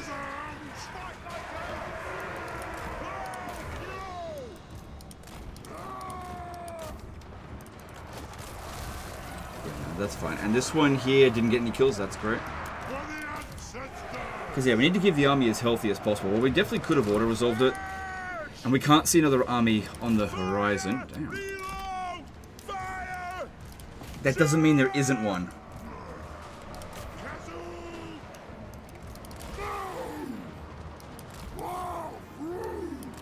Because it could be Clan Rictus that we're dealing with next. And if we're not at full strength, if you were lazy 1 or 2 turns before, you could probably end up regretting it. Especially if it just required just a bit of effort. Balance of power, I think is in our favor.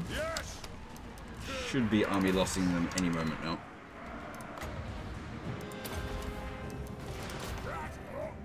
No, you're gonna get friendly fire if we shoot into that. Fucking morons. Okay, there we go. Don't need to run them down. Oh, I took away this one's Ironward and Tankard. Oh god, whatever.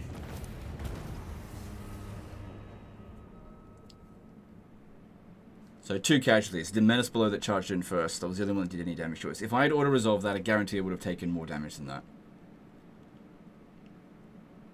Because yeah, they get a bit of an auto-resolve boost just because it's defending a settlement. Which means you'd take more damage in the auto-resolve on this difficulty.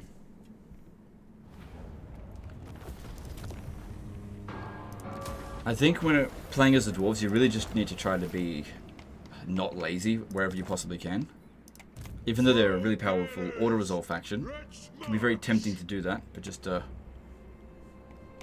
fight the battles manually. Because yeah, their replenishment rate just isn't all that good at this stage here. Okay, so that's the Clan Moore stuff dealt with. Let me see how inclined they are for peace now. They're getting there. So if we have a look at some of the other options, they'll still definitely peace out for Black Crag, but it doesn't make sense to do that. We can sell them back Black Iron Mine, but since we've got Clan Wars by the balls at the moment, I don't think we should. Just seeing what other options there are. Okay, so this settlement here seems to be worth a fair bit. It must have a barracks there. Ready? No, okay, yeah, they do. Okay, maybe it would be worth it to sell it to Clan Rictus instead. Let me have a look at them. Because now that we're getting the upper hand on their essentially allies, maybe other factions that we haven't even fought yet are willing to peace out. So maybe we can do that next turn. Because otherwise we won't get any replenishment. And that way you're just out of that war. And just let whatever... Just whatever. Don't have to worry about them. Focus on everything else first. Especially if we occupy this and they've got any armies in this area here. Which it doesn't look like it at the moment, but they could have armies in the fog of war. In the shroud or whatever. Okay, let's move over here. Capture this. Once again, I don't think we want to auto-resolve it. Just because we'll just take too many casualties and we have no idea what's coming. So let's do this. Don't need to record it though, because it'll be very easy. So yeah, didn't break a sweat. But again, if we auto-resolve it, we take some casualties, and it just means it takes longer for them to get back up to full strength. I get that it can be annoying to fight these battles manually, but it's just... Can't risk it. But yeah, at the moment, things don't seem like a disaster campaign anymore. I mean, the guy said that he thought he could handle it. He just wanted to see how I manage it. And being a newer player, like 80 hours, there's nothing in this game. I'm happy to help. And there's quite a lot of things to teach here. And that's the most important thing with any of these battles here, is that I've actually got something important to show, as opposed to just, well, here's a battle, and I don't really have anything to do apart from just do exactly what the other player was going to do. It's boring. Okay. So, yeah, you keep doing with that. And if we... Now we can't even sell them a settlement. But at least we've gained ground here and secured this province. Let us begin. World's Edge Archway is worth a lot. Maybe that'll be worth it to sell to Clan Rictus. Let me just see. I am Iron Fist. Some call me a king. You are welcome here. Don't come closer. Look that way. It's safe. Trust me. Close. What if I offered to go to war with the Legion of Asgore? Okay, they'll accept that, but I don't think that's a good idea either. Alright, probably the best place to build up would be the World's Edge Archway and build some defenses there. Because this is the kind of settlement that you want to try to hold on to. I don't know if we really want to bring our army out this way, or even go down here just now. Could overextend us, so we're not making shitloads of money just yet. Alright. Be interesting to see how this gamble pays off, if it pays off next turn. Alright, let's just do a bit of leveling up and then move on. So that's pretty useless. Yeah, none of the stuff here is going to be that useful at all for him, but that's quite good. If we head over to Dawi Firepower, that'll give extra missile strength and missile resistance for those units, and reload time reduction, but that's not that big of a deal. Alert can also be good when dealing with Skaven. Getting rid of corruption. Alright, go with getting rid of corruption because fewer menace belows is a big advantage. And as for Valea's Sorrow here, maybe get rid of this and we'll build a military barracks here. And we'll see, maybe we can use that to get out of this war. Or I'll just give him like a bunch of options for peace treaties and he can just pick whichever ones he doesn't want to fight anymore and then use the bargaining chips as he sees fit. Alright, so at the Pillars of Grogny over here, if we do build the growth building, I'm not sure if that's going to even shave a single turn off this. The other options are not particularly good either. Don't have a hell of a lot of money this turn, so we'll go with that because it's cheap. That was Iron Rock. Alright, all good. Anything interesting to recruit here? Could get some rangers, but honestly, recruitment costs money, and probably best we don't do that right now. Okay, and then for this one here, if we go with Deadeye, get the bare essentials, and then you won't need this anymore soon. We'll take the Iron Warden tankard off him and put it back on von Philipson. I don't think he's in any danger next turn though, but just because I forgot to put it back last turn. Alright, all good. All good. Again, when it comes to Thorgrim, I'm not spending points because I'm just not sure what he wants, and none of this stuff here is going to make any difference for us right now.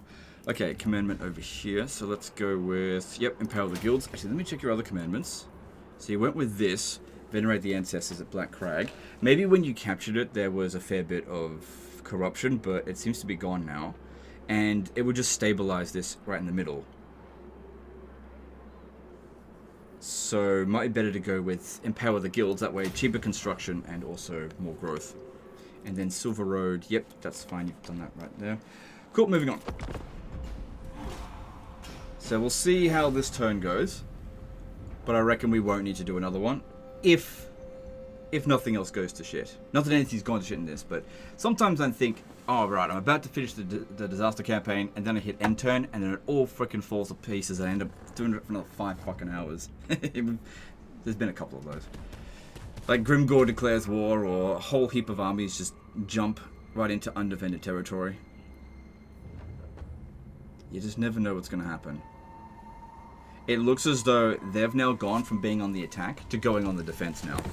They're pulling their armies back, allowing you to just capture a whole bunch of territory. It is an honor. Just curious, with them... Can't do a confederation over an end turn. Just wondering if they would accept it. No, don't do that one. Use it as a bargaining chip for something else later.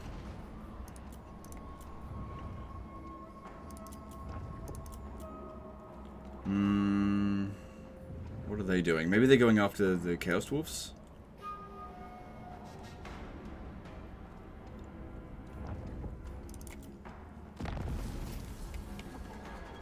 That's... whatever. Oh. Guess not. Oh, that's not good. They are probably going to declare war on Ungrim, which will drag you into it. Because, yeah, your military allies with him. King have come. Fetch the Brewmaster. Oh, right. You don't confederate diplomatically with them. God. You can get either Malachi or Grombrindle. Grombrindle's got some really good campaign bonuses.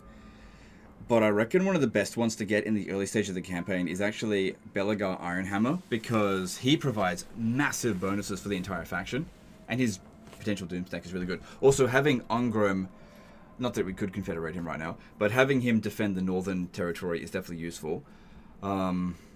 Pretty damn close, actually, to being able to confederate Thorak Ironbrow.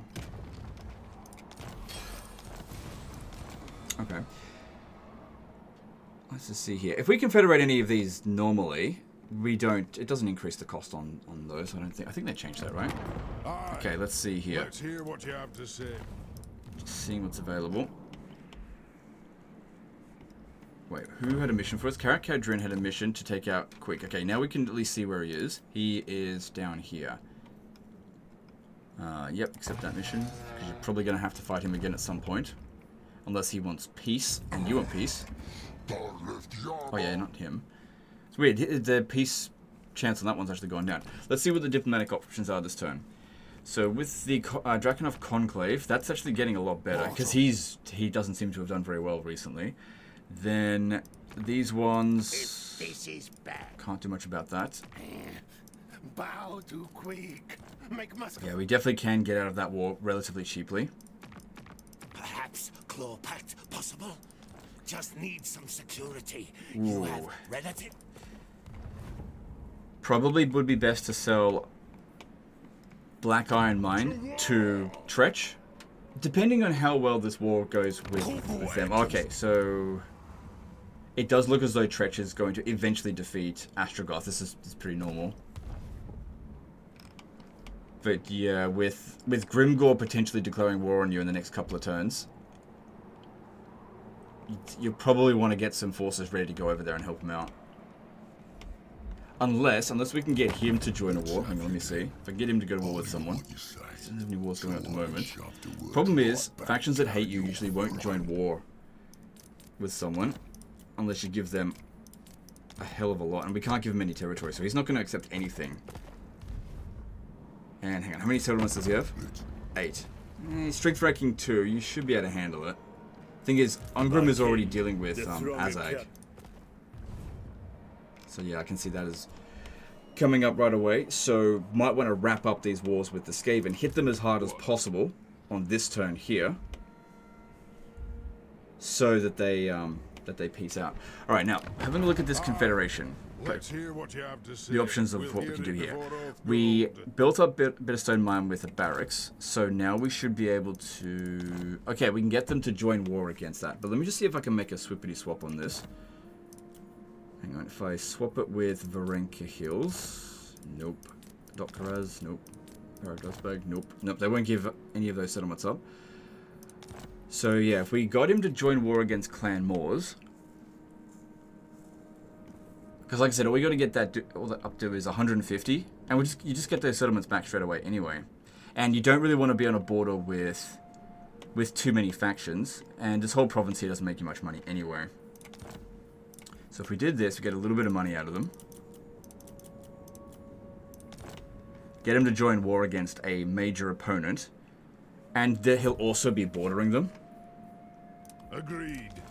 That improves the Confederation chance because the relative strength ranking went up considerably. But yeah, it requires the next turn before it updates that. Alright, then if we gave away Ekrund, we could then swap it for Barag Dwazbag, Bitterstone Mine, Dokkaraz, or Varenka Hills. Yeah, we can get any one of them. So whichever one's the most value, let's have a look. So Dokkaraz, tier 2, but only 1 building done. Varenka Hills has got 2 military buildings there, so that'll be the most valuable to them that we can then trade straight back to them. So, oh no, wrong button there. All right, so trade Ekrund for Varenka Hills. Won't get as much for it. Let's see if I go Clan Rictus. Nope. What about Drakenhof? Nope. Drippin' Fangs? Nope. Thing is, the more times we just swap settlements around, the more this relationship will go up. The higher it is, the sooner we'll get that Confederation. Alright, and then just take his money. Yep. If he doesn't want any war declarations on this, that's fine. Can't get any other deals with him, so just go with that. It's improving. It's improving. Could threaten him, but that'll lower our reliability. Doesn't look like I'm going to get the Confederation this turn, unless... And what can the Dawi do for you? Let's see. Alright, then I offer back Varenka's Hill. Varenka's Hill for, let's see. Get Barrack Drazbag, Bitterstone Mine, can get that back. Dokkaraz. Alright, we go for Bitterstone Mine, because we know that that's worth a fair bit to them. And then try Rictus. No. No, I can't do both. Close. Oh. We could offer a little bit of money. Thing is, he'd be in the negative, so this would be money that just disappears. Not that big of a deal. Just want him to be in as many wars as possible.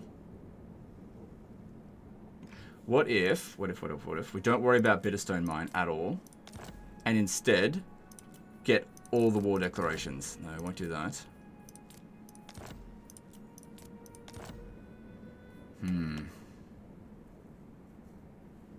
Because yeah, if I do that, he might want to confederate straight away. Maybe.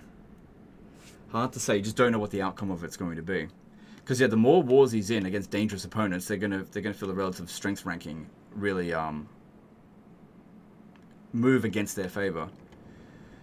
So that's risky. Because once I've made that trade there, then there's nothing else I can do. No, I'm going to go with the original plan. Drippin' Fangs and Bitterstone Mine back, and give them a little bit of money for this deal. Yes. Okay, it still improved things a little bit, just not very much, because it wasn't a very dangerous opponent we got him to go to war with. Then we go Bitterstone Mine again.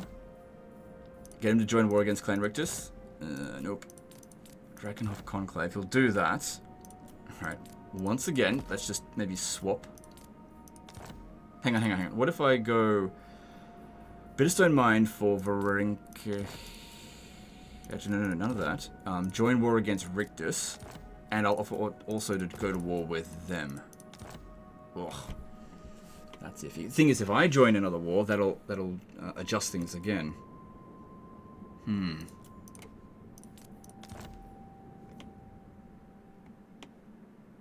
Because at this rate here, it's likely that next turn they'll be at 150 relations. So if we just sold Bitterstone Mine for war declaration against Drakenhof Conclave and a little bit of money, I doubt it will mean that they will want to confederate right now, and I'll lose all my remaining bargaining chips, but I'm pretty sure that they'll confederate next turn. I agree. Okay, that's fine. Because, yeah, alright. Pretty sure they want to confederate next turn. Because, yeah, once that relation gets up to 150, they should want to do it. Plus, they're so broke now that they won't recruit anything. If anything, they're going to be taking attrition, which will weaken them. So that we can be stronger than them. Alright, then next thing, Carrick 8 Peaks is ripe for the taking. That should be easy to do. Okay, we'll need to switch our Lord out to a Slayer Lord. Which, you do have that DLC, don't you? Yeah, okay, it's all good. One rug. And that'll have to be captured as well. The High King. Alright, both of these, I'll fight it manually. I want to play one more turn and see how we go with it. But both of these battles are going to be boring, so I'll fight this, but I won't record it because this is going to be a really easy fight. They've still got 6 minutes below, so we'll have to withdraw this one here straight away from the battlefield. Because honestly, these three guys here on their own will be able to win. You still got the Iron One tanked, right? Yeah, okay, all good. This will be easy to win. Okay, so as you can see, easy battle. I don't think I even took a single casualty. Well, I'm not 100% sure though. Yeah, no casualties. Even the Menace Belows. Luckily, they just weren't able to get any kills. But I just did the exact same thing I did previously. Blob up all my troops so that the Menace Belows would rout near instantly. And then mostly just relied on Thorgrim and the heroes to wipe out the garrison. And then they regenerated after the battle. Easy. No casualties. Now, once again, the reason why we want to take no casualties is because Queek is nearby, and we just don't know if he's going to be able to attack us. It doesn't look like it. It's possible. If I can reach him, it could be possible for him to reach us. I doubt it. But his army wouldn't be able to win without reinforcements. That being said, they had an army over here that moved to here. There's no way that army would be able to reach us here. And then there's this battle over here that needs to be done. But like I said, we have to kick this guy out now. Might as well just respec him. That way he'll come back in 3 turns instead of 5. And we need to put a Slayer Lord in, because Slayer Lords are siege attackers. And then give him that Prospector's Mail. None of the other items are really necessary. We'll use the Gyrocopters, they'll be fine. Okay, so they got it to tier 3, which means we'll be capturing it at tier 2. Not a huge win for us, because the landmark, that's at tier 3 anyway. But that's better than nothing. Let's get in there. Auto-resolve would be a huge mistake to do that. Doesn't matter about Menace Belows, they're not going to use any of them, because they won't see these guys. Alright, let's jump in here. This should be fairly quick, but once again, not worth recording, because it'll be easy. So yep, as you can see, no casualties, no difficult battle. Just boring. That's all. It's not worth auto-resolving either, because this army is not amazing in auto-resolve, so building this, you do have to expect to fight a lot of battles manually, which doesn't bother me. It's just not great for videos, that's all. Alright, then we'll occupy that. So gain a good amount of territory here of reasonably high value. There's this army over here. I don't like being passive, but we don't know where Rictus's forces are.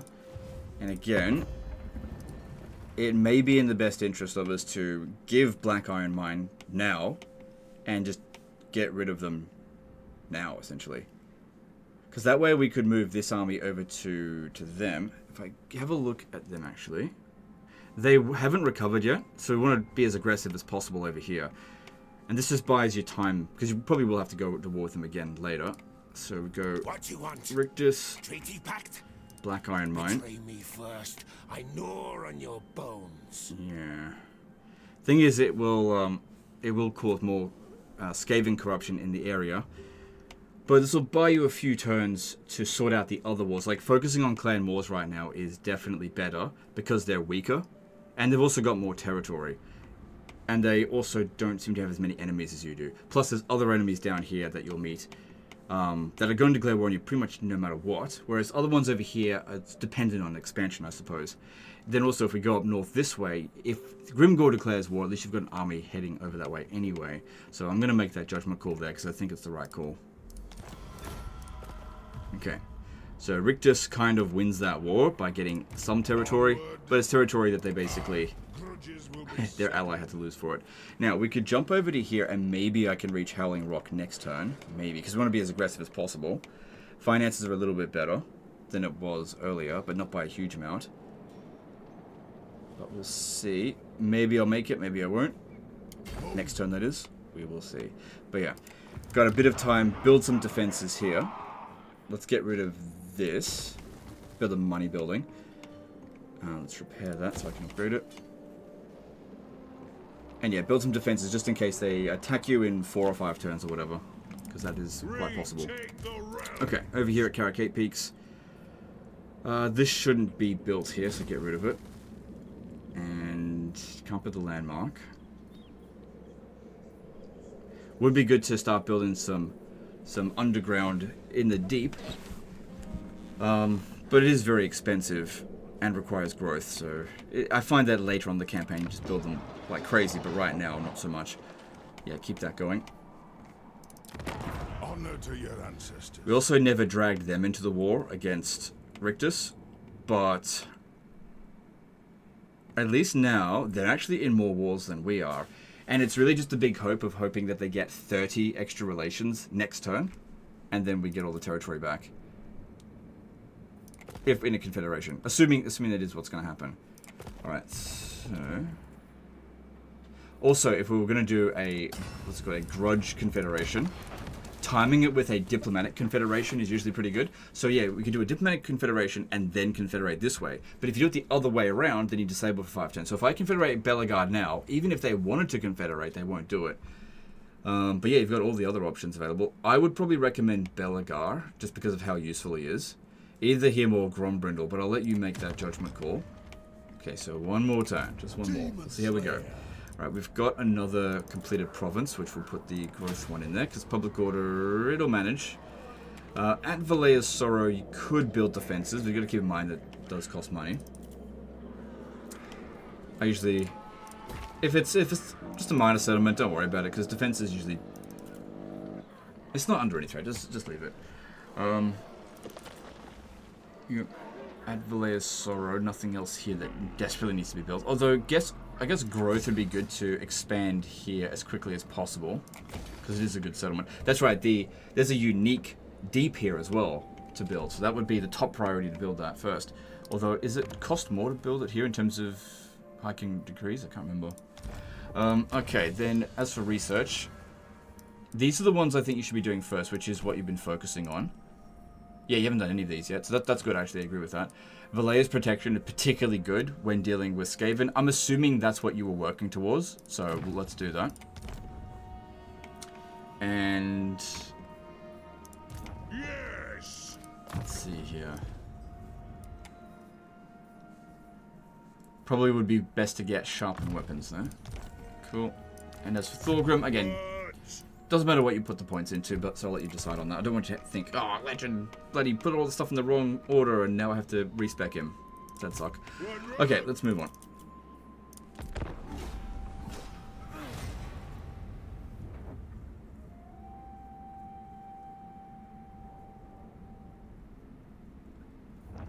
Don't know what Scrag has taken so long to finish off. Oh my god, 2,000 grudges for that. Scrag has taken so long to finish off Malagor. Alright, rooting for Ungram, but is he actually going to win, or is he just going to starve it out? I kind of knew this was going to happen. I mentioned it. you can't just not... you can't just decline that. I mean, Grimgor's not going to be coming at you anytime soon, and there's nothing I did that forced this to happen. It was going to happen no matter what. I just happened to be here when it happened. You have to join war with Ungrim.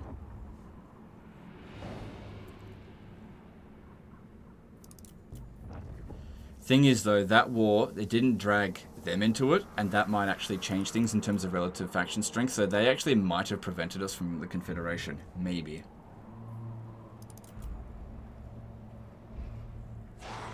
Follow Dowie. Nope. And if that's the case, maybe I have to get them to join war against Grimgor, which I don't think that they will, no matter what I give them. But we'll see.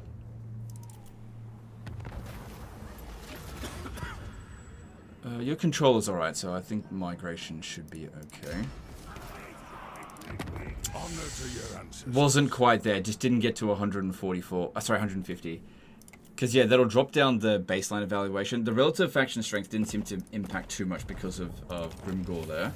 So it's got to be next turn. So this stuff over here... Okay, at least Ungrim won against Azag. So that's something. That is definitely something that needs to be dealt with. Time for a reckoning. Alright, we can make it over here. But the thing is, our army hasn't really gotten any stronger since we first recruited it. And that's... fairly big. For the wisdom of Valea. We do have extra ammunition on the gyrocopters, though. So maybe I could... It depends on what they've got. Like, if those are really good units, that's not ideal. Do they want peace? No. I'm gonna risk it. One rag. Yeah, we're massively outnumbered in that one. If I attack this guy here first, I might be able to beat him before they show up. Or, if not, be there ready to bomb them as they're coming in. That might be the best way to handle it. He'll definitely need an Iron Warden tankard for that. Man. It's probably these disaster campaigns. Just don't know when you're actually going to hand it back over. Alright, looking back over here. They moved. There's another army there, and there. Oh my god, armies everywhere. Oh, that's quick, though. So, if we look at Barak Var, if I could borrow one of their armies, they'd probably confederate. Let's see. Go with... Wait, which one's which? This one here. Because... Oh, actually, I should have done the other one. Doesn't matter. Alright, go for the sump pit here. And this is why we wanted to make sure we took no casualties, because we still haven't fully replenished. I doubt we'd be able to auto-resolve this, but let's have a look. Shouldn't auto-resolve. Oh, it's an easy battle because it's a minor settlement battle. Actually makes the whole thing quite easy. They've got a lot of menace belows. But this is the kind of battle where we actually do need the grudge thrower. And then this one here.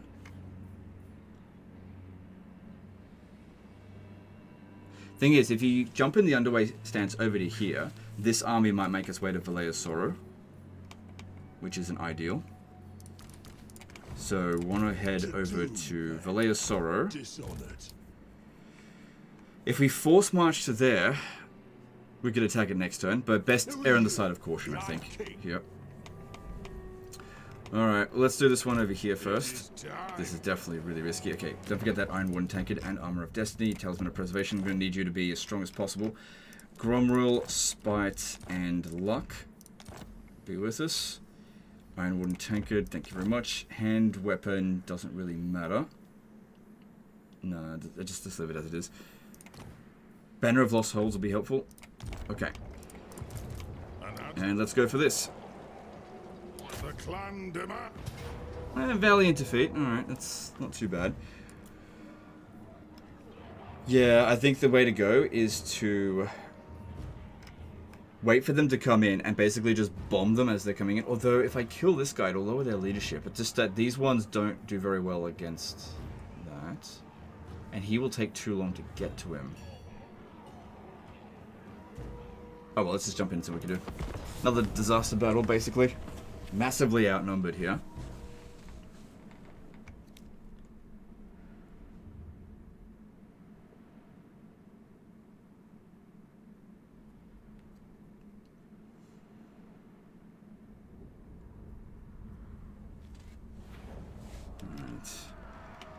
Luckily, their reinforcements are coming in from a very awkward angle for them. Good for us. Alright, I want to be over here when they arrive. Oh, I don't think we're going to get there in 2 minutes. Over here. Makes a bit more sense. Alright, you. I think we should send the Slayers. Watch out, because he can cast spells on us. Could do a fair bit of damage. Yeah, get both of these to try to kill him. The Slayer should be faster than him. Yep, okay. Let's do that. But we don't want to waste any ammunition of the gyrocopters on them.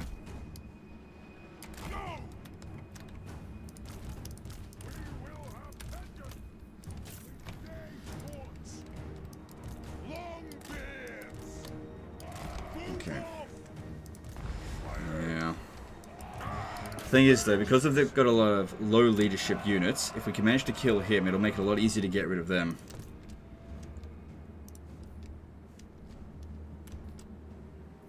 Just have to move as quickly as we can to try to get to him.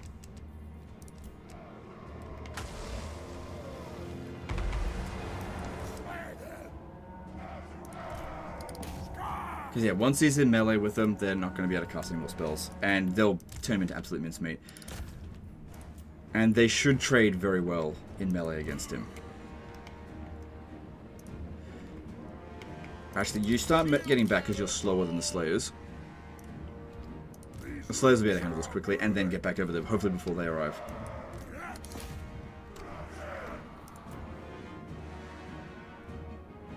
Yep.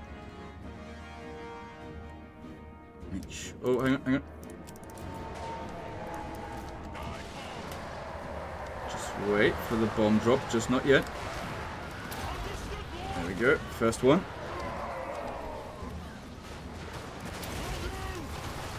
Alright, I think that was pretty damn good. And the thing is, because they're at the edge of the map here, we just want to get them off the battlefield as quickly as possible. And if we could time it with the death of their lord here, that'd be even better. Especially fucking trolls.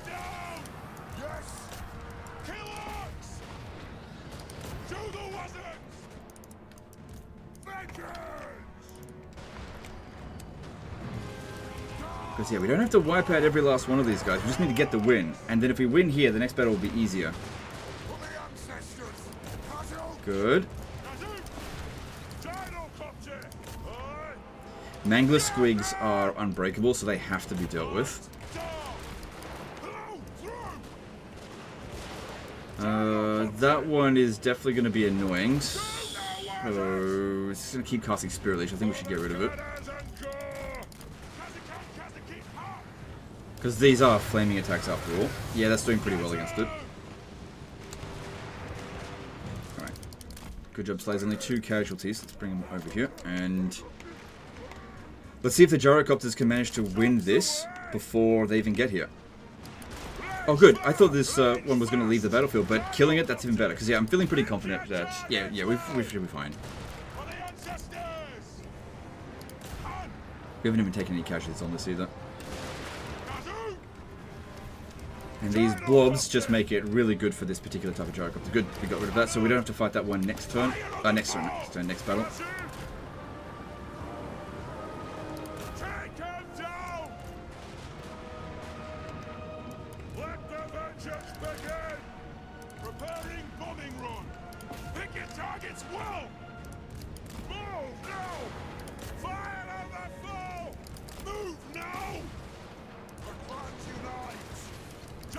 Good. I want to spread our gyrocopters a bit further apart, just because they do have a tendency of hitting themselves. You can see over here, they're on fire. It's not from them. It's playing their music. I actually think the balance of power is in our favor, but it just briefly was in their favor when the music was scheduled to switch over.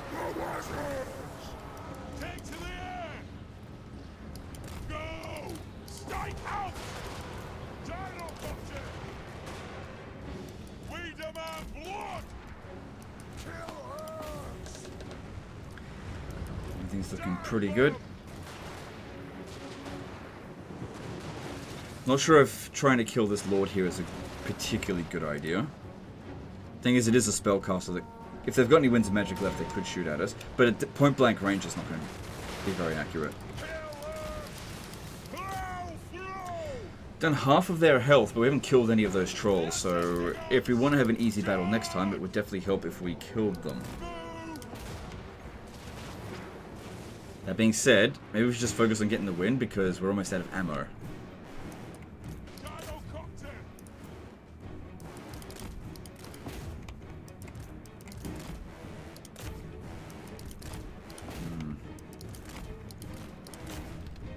Rally otherwise. We're definitely gonna get the win based on this.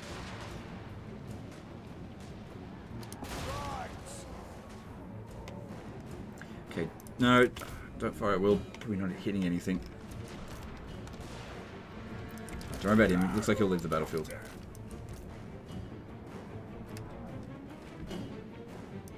Alright, since you've got an Iron 1 tank, it'll send you in here, over here. There's nothing particularly dangerous. Alright, we're going to get rid of these mangler squigs.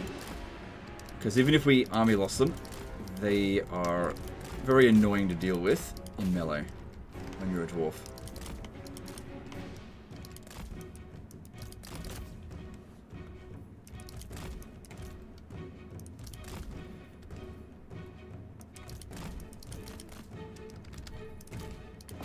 Okay, there we go.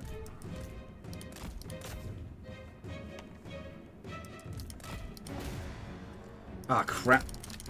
Took some casualties. How dare they? Actually, post-battle loot option might recover all of them, as long as I don't take any further casualties. It is a reckoning! Oh, that guy didn't actually leave the battlefield. It's all good. Everything seems to be fine at the moment. Artillery, ready! War of vengeance! There we go. There's the army losses. Cool. Just gotta watch out for the mangler squigs now.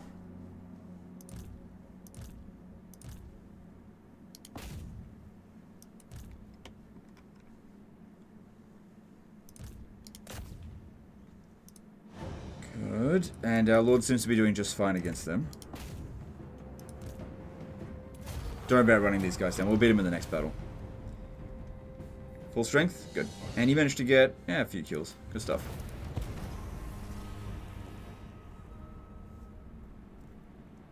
So that worked out pretty damn well. But we actually cut it pretty close as well. If there had been a few extra units on their side, the decent units, then we would have run out of ammunition, not army lost them, and they would have done some serious damage to all of these units here. So it was just the right amount of force for beating that nice and cleanly. So post-battle loot options, we can get replenishment. We'll actually be in better strength than we were previously. It's not that much to get from the other options, so we'll go with this.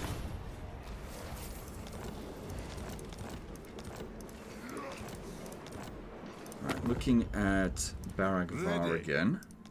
Aye. Let me see if it's possible to get them to join war against What you Grimgor. have to say. We'll hear it before off It- gold. Not impossible. No, it's impossible. Not with the territories we've got. Maybe if I had held on to Varenka's hills and then sold it to them when they had declared war, but I couldn't predict that was going to happen. My axe thirsts for war. Anyway, there's a possibility you can get out of the war with Grimgor if you can defeat his army and maybe sell him a settlement. So you could possibly use one of these as a bargaining chip. He might just confederate these guys. Still not worth it to auto-resolve it here. While it says decisive victory with low casualties, given what's up this way, probably should prepare for what's coming. But I don't think we need to record this. So, once again, easy battle. Was able to win it pretty much entirely with the gyrocopters there. So that's good. Those guys should be very much willing for peace now. Because that's all of their armies, I think.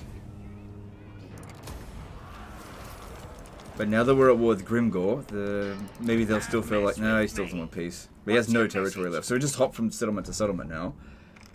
It just depends on what Grimgor is going to do. Is he going to come down over here and try to stop us, or is he going to progress over here on Karakadrin? Because if we have a look, his primary threat is actually us. Yeah, that's just unfortunate timing with that one for sure. Since Grimgor is in the area, might want to consider recruiting some more units. But you want to stick it to units that can only be recruited in one turn, so that gives us options for miners. Now, the thing is with this one here, with this army, you're probably better off with nothing as opposed to getting miners, because they're just going to have a lot of Black Orcs in there, and they're just not going to do anything to them. Sometimes getting additional units doesn't actually make your army stronger. Let's have a look here. I think that will be fine. Right. This would have given them some more ammo. And then we've got this battle over here with Queek, which will be annoying because he's got 8 menace blows, but at least it's a minus number battle. Like I said, it does make it easier. Let's see. Probably best go for Sapper. Extra movement range on these ones is good. Bring them. Doesn't he have magical attacks by default? Guess it's for the spell resistance. Alright, just put the magical attacks on that one, I guess. They don't have any spellcasters. It's just that it might be good to bypass any physical resistance that they don't have anyway. Okay, let's jump in and see what we can do. Now, this time we need to not just withdraw our artillery straight away, because it would be really handy to have it to bomb this settlement. But with 8 menace belows, they're really going to try to go for us. So what we need to do is drop it to begin with, but get that blob together and try to protect it. Because they're probably not going to just charge out at us, which they could win if they see us in a massive blob like that, but AI doesn't think. Like I said, 0 IQ. But that doesn't surprise anyone these days. Actually, put the artillery pieces there, but then just walk in, keep them all together. And we'll start with using the gyrocopters. We want to try to get in there as quickly as possible and dish out some damage before they start building in towers. So 8 minutes below, which means it'll take about 7 minutes to get through it all.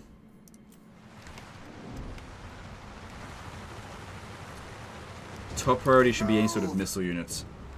And artillery, yeah, that definitely needs to be defeated with them. We've got plenty of ammo because we just go back and get restock if we need to. Range fast! Mark out! Move on! Nothing can stop us! Plow through! Understood, Lord! So this one's ammo here probably shouldn't just be used on regular units. Something like single entities, that's what I find it's best used against.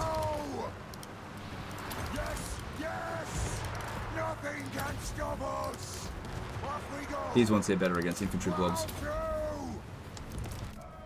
Yeah, see, they're really gunning for that. And they've killed one of them. Here's what it is. But they won't... If they kill one with each menace below, we'll still have the artillery fully operational by the time we put them back on.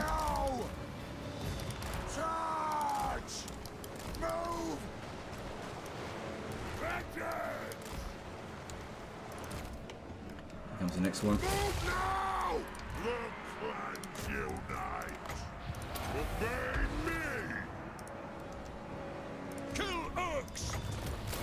So that one, yeah, just got that one kill. And this one doesn't look like it's going to get any kills, so that's good.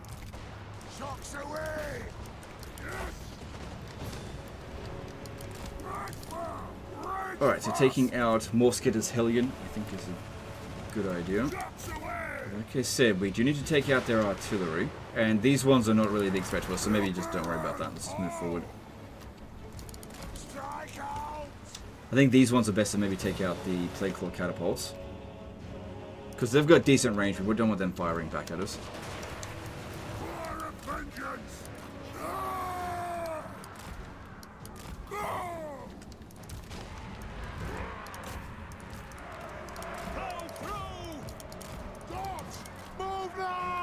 Should really tell these guys to not fire at will, because if they do for some reason shoot, probably a fair bit of friendly fire.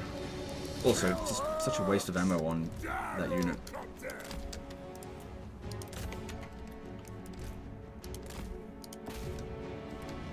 Yeah, that one does really well against single entity monsters.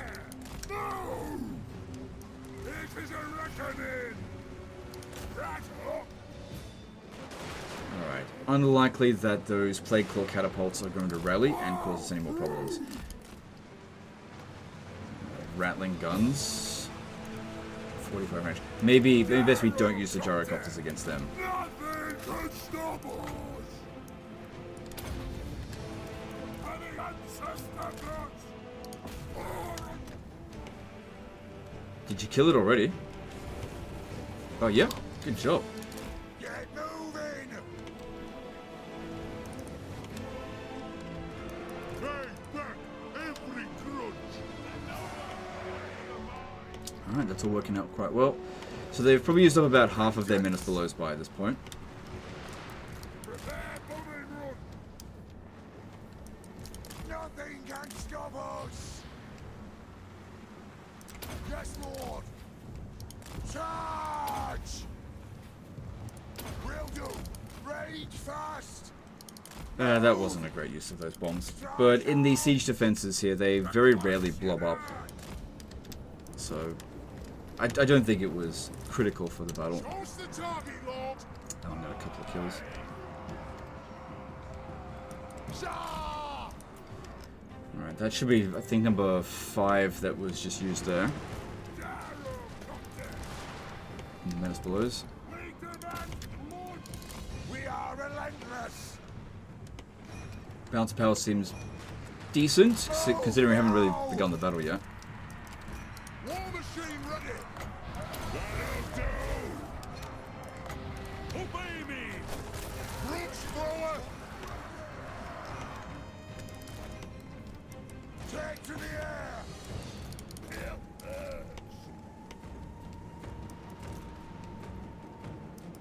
So this one's range is 130, so we're not going to outrange Rattling guns with that. Probably best just try to army loss the Rattling guns.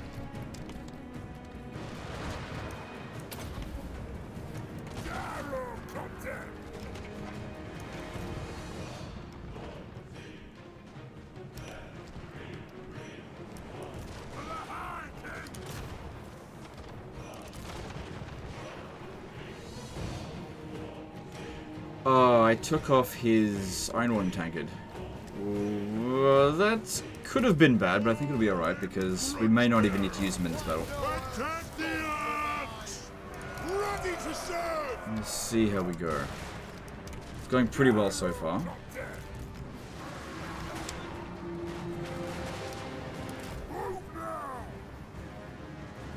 Bounce power just ever so slightly improving here and there. Because we're just not really risking that much.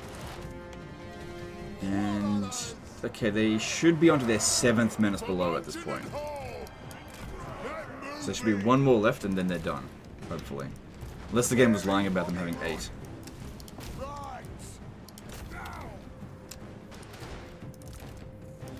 So that should be the last one, but I'm not entirely sure. Because you can never really tell with Quick, I'm just not sure.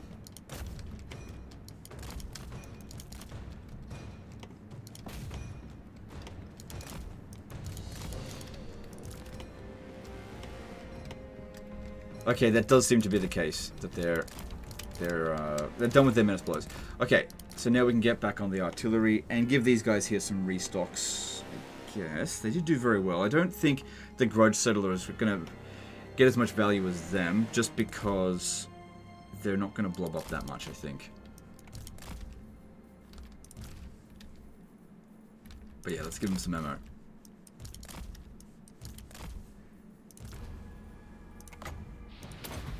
Okay, it'll take a little while for that to play out. Alright, well, what's going on? Both of these two here have Iron Warden tankards. Could be good to come over here and start capping some points to get rid of some of these bloody towers. They might start bringing their forces over this way a little bit. But them spreading themselves out like this, it doesn't really give them an advantage.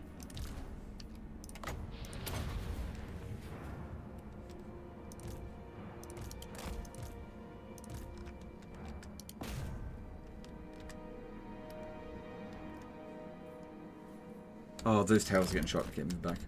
Sorry, the tower's shooting us, I mean. Even though I don't have an Iron Warden tankard on Thorgrim, I'm still going to bring him up. God, I took it off him. It'll be fine.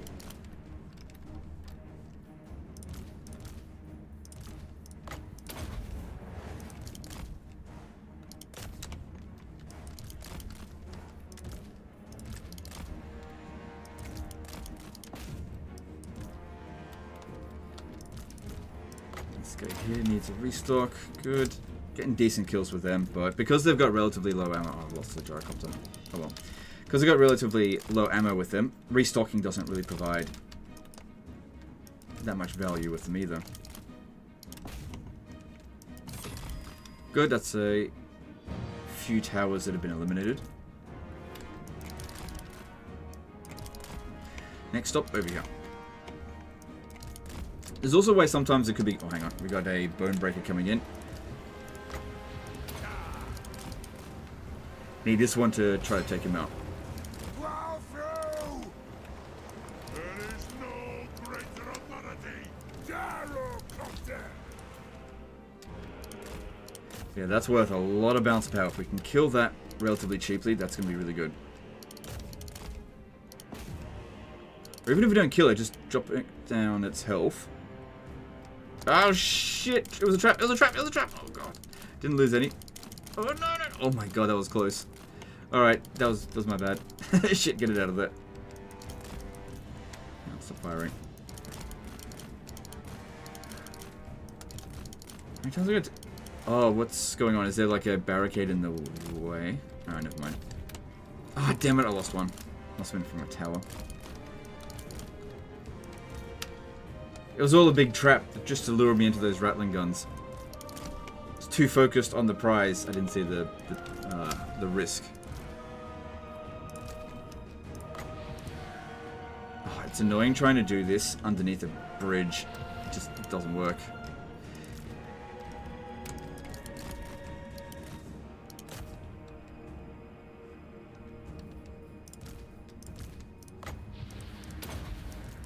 Okay, that's a nice blob though, so we should be doing a shitloads of damage with these guys.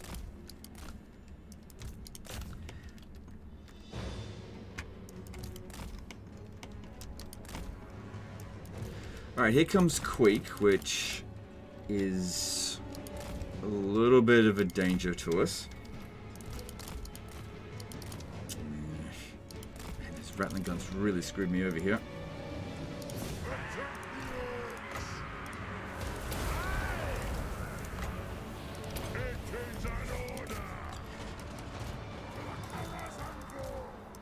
I need to drop some bombs down on them here.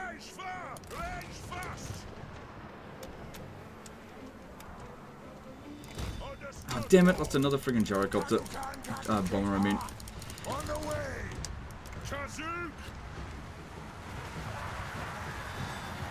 The bounce power looks good, it's definitely in our favor. Alright, no more using the gyro bombers. It's gonna get wiped out. Okay, move that up. Bomb that area there. Alright, if we can manage to kill Queek, that should be a lot of bounce of power loss for him.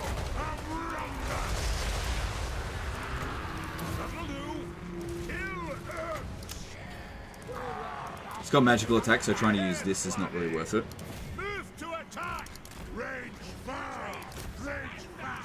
Okay, get back. Oh, I really wish I got that iron rod tank it on him. Them up a bit. Okay, you stop shooting.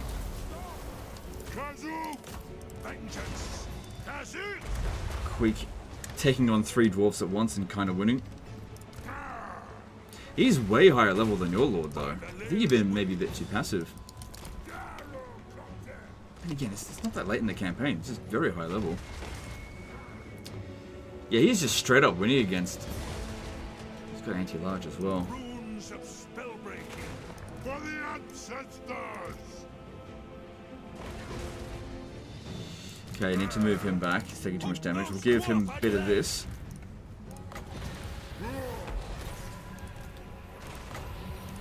Yeah, this is totally not working against Queek. We gotta bail on this. He's too damn strong. Let's go.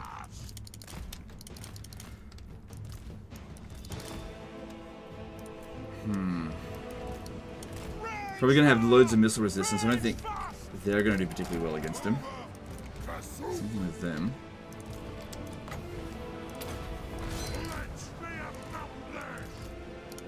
I think I need the Grim Delvers or whatever. They'll do alright. Yeah, he's going straight for Thorgrim. Quarrelers! That might just knock him on his ass a little bit. Nope. Yeah, move out of the way. Move out of the way. Down! Strike out! Targets, Lord! Stop them from shooting, because that's not doing anything. Shield bearers, home! Ready to serve! Let us a reckoning!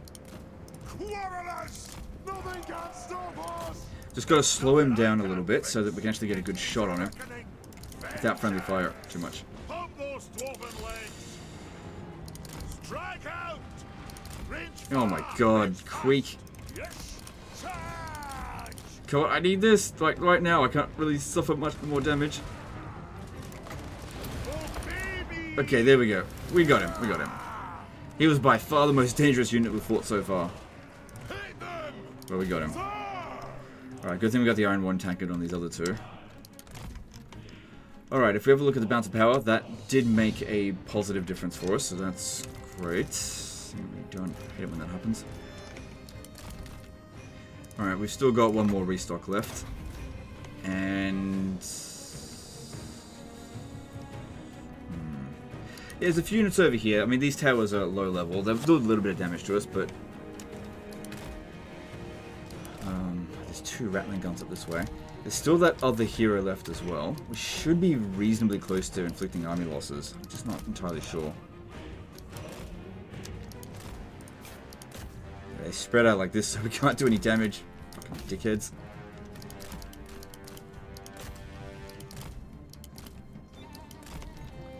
Let's move over here. Just going for wherever there's the biggest cluster of them. Okay, that one's out of ammo. This one's constantly getting shot at through the towers. Still going to be a lot better result than auto-resolve. Okay, get him out of here. Alright, I can't use my gyrocopters anymore because we're completely out of ammo. Yeah, get him over that way. They'll get shot down just a little bit. Shame about the gyro bombers, but if I bring them in, they're just going to get killed. Alright, next step, we need to... Let's see. Alright, gonna bring these ones over here and just shoot down the tower there, just because it's linked to a tower I can't get to easily. And start bringing our army up.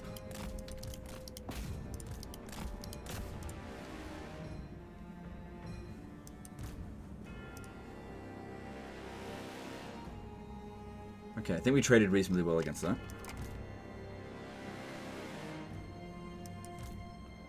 I don't think they're actually got any active towers on that position. My god, they just don't break.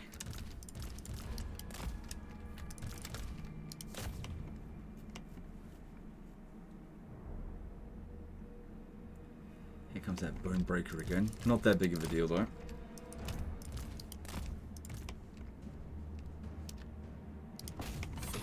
Trying to look for good positions for them to actually dish out some damage.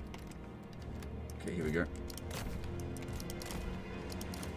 Oh, does it? Oh my god, it's got a warp stone armor. Just leave a few units attacking it.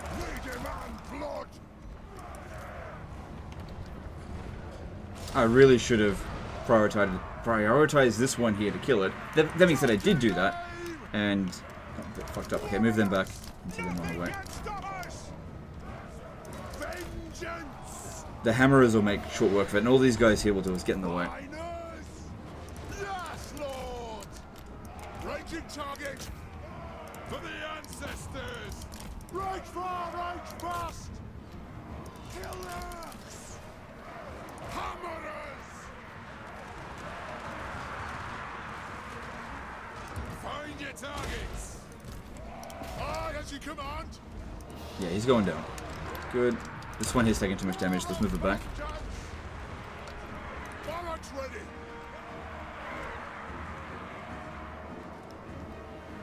The rattling guns come around this way. They're going to be obstructed.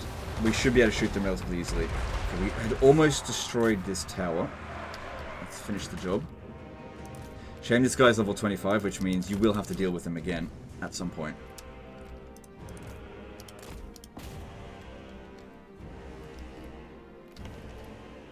Okay, this is gone for now. think the Rattling gun's got a shot or two on us. What's shooting at us? Did they build a high-powered tower? Oh no, it was this one here. It's friendly. Oh, because it's still. God. It's the problem when you leave it on fire on the ground. The bounce power's good. We're fine.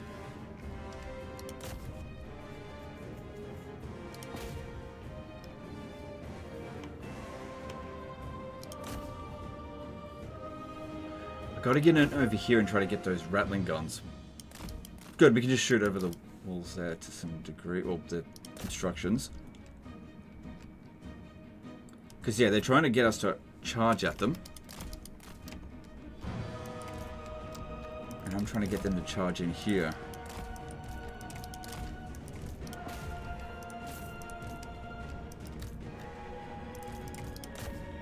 And there we go, we got them. There's the army losses. Alright, that didn't go perfectly. I can admit that. But it's still a better result than auto-resolve. And I'm not expecting a massive counter-attack next turn. It'll recover. It'll take them a lot longer to recover. And also this helps towards getting peace with them.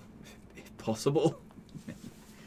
This is sometimes a problem with these factions. Like, you beat them into the absolute ground, and then they don't accept peace.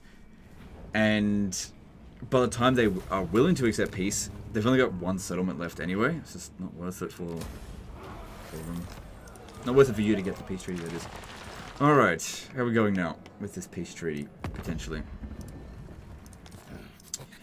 Well, I could give them Sump Pit or Valeus. Nope, can't give them either of that. But since we've got him by the balls, we just need to keep going against him. Send me to vengeance. It's just not in our incentive to be out of that war, where it was in our incentive to get out of the other war. Alright, we'll have to do another turn. Hopefully next turn will be the one that we're able to confederate Barak Var, and that'll give you a lot more resources to work with. Don't need to worry about these guys so much. What happened to their other army? It must be an ambush chance or something. Because I don't think they sent anyone over there to attack it. Hey up.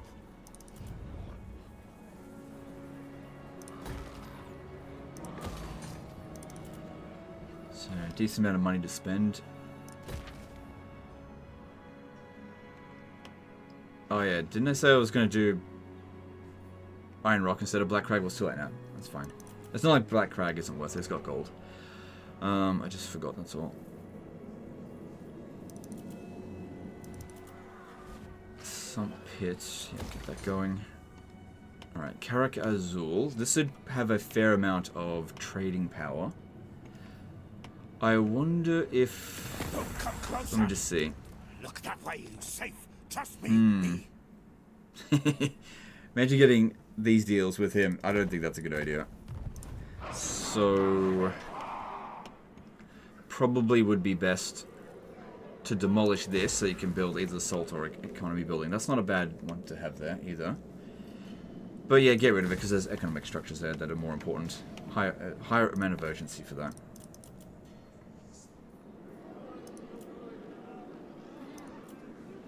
And there's Howling Rock, which... oh wow, these guys have got a lot of territory. Way more than I thought. If the stunty says anything I don't like, hang it by its beard. Could build a... just thinking, could build a military building here to offer them back for peace. But that being said, look, I got him to full Nolengrom, and hey, next turn, what did he get to last time? He got to Trom, which is the middle one. So that means next turn he'll get extra control, extra growth, reduced upkeep costs on Grudge Settlers, a whole new set of Grudge Settlers, and I have an army of Grudge Settlers. Oh, please tell me we got that. The High King acts. Yeah. Yeah, there we go. So it'll be 15 units. Oh, that'll be really good. That'll massively improve your strength ranking. Alright, build the military building here, and we'll just see how we go with that. Alright. And let's move on next turn. Now that army is going to be standing next to Thorgrim.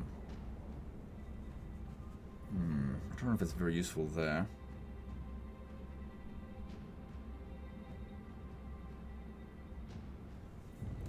Right, we got him to Nollengrom because we beat Queek. We had to be aggressive. Don't forget I was moving the whole way through that. Because, yeah, I'm not sure if I had got it completed at the previous time. I wasn't paying any attention to it. But it was 2,000 grudges. Alright, they're going towards Karak Kadrin, which maybe Ongrim will be able to beat him in a battle. Maybe. But at least he's not coming towards you right now. That gives you more time to deal with other things.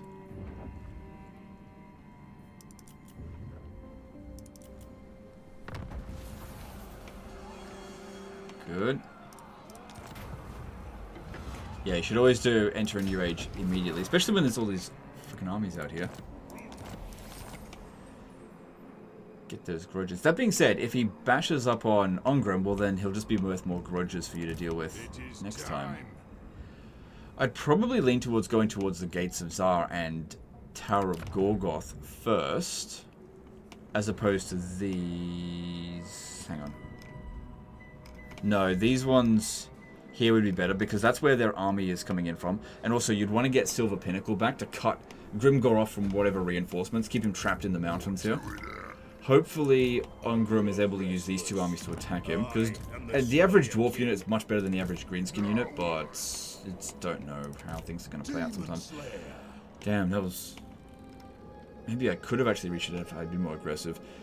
But let's have a look over here. The thing I was mainly waiting for, and now there's the Confederation. Cool, that's what I was waiting for. So, we pile that up with... We can confederate any one of these if we want. And let's have a look for peace treaties. They're ready for outright peace now. They're ready for outright confederation. Clan Moors... No, I don't want peace with them anyway. Grimgor... That went down. It was at like 90 something before. You dare come before me? And, okay.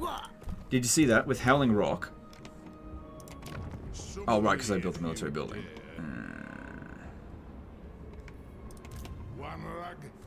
Okay, I think this is no longer a disaster campaign. While this over here will eventually be a problem, everything else is sorted for you. So, here's what I'll do. I'll save it here, because it's not on legendary difficulty. But this is basically what I would do if he watches this video. Confederate them. Nice. Take it. Probably be in the negative, but not by that much. So that's good. That way you get all those settlements back. Oh, they demolished the military buildings that we put there. That's weird. Get all of this. You'll have a bit of a penalty, but it's more than made up for by getting to the Nollengrom, so everything should be fine. And then you can also do one of these confederations as well, and it'll just basically, it won't make any difference to this, because it just sets it to 5 turns. It doesn't add 5 turns of confederation. And the one I would do would be, let's see. So it looks like Belagar Ironhammer is struggling a little bit. So what you could do is confederate him and then sell off whatever territory he's got. I would usually go for whichever legendary lord is best, or try to consolidate territory for ourselves. So let's go with this one here. That's what I think would be best. Malachi McCason would be really good just for his army. Yeah, so Clan Scryer and all this kind of shit over here, bit of an issue. And we can see that Belagar was actually wounded. Thing is, even if he gets wiped out, you'll still be able to confederate him, but this seems like a good opportunity to at least have this territory. But, let's see, how strong is Clan Scryer? You're stronger than them. And they're friendly with them. So what you could do here, if you don't want to go to war with Clan Scryer, is sell these territories to Scrag. So if we go Karak Izor. Okay, well that'll pay for your armies for a very long time. Holy shit, Scrag. Jeez. But legend, that settlement's worth so much. It is, but, I mean, 47 turns worth. Yeah, I mean, the other thing is that you got to pay for these armies, so you could just disband them, and then, oh my god, that's so freaking good. And that'll make him like us a lot, so he doesn't declare war. So yeah, go. Hang on, let me just try the other one first. So that would be Zaragzil. So he'll give you 28,000 for that one. Jeez. Okay. Let me say it again. 15. Go with the other one first, because we might be able to use the other one for negotiations for him joining wars against people. He's already at war with Exiles of Khorne. So let's go with... Sorry, let's go with Karak Izor first and just, like, see if that bankrupts him completely. Won't be able to get him more war decorations. And then if you go with Zaragzil after that... Yeah, it bankrupted him. So you can go with a military alliance if you really want. And offer... Well, get him to join war against Grimgor. Hey, he'll do it. And...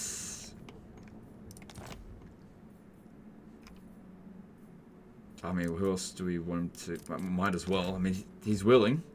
And then swap it for a different settlement as well. So we can maybe get Akendorf. Or... Let me have a look. Should be able to get something for this.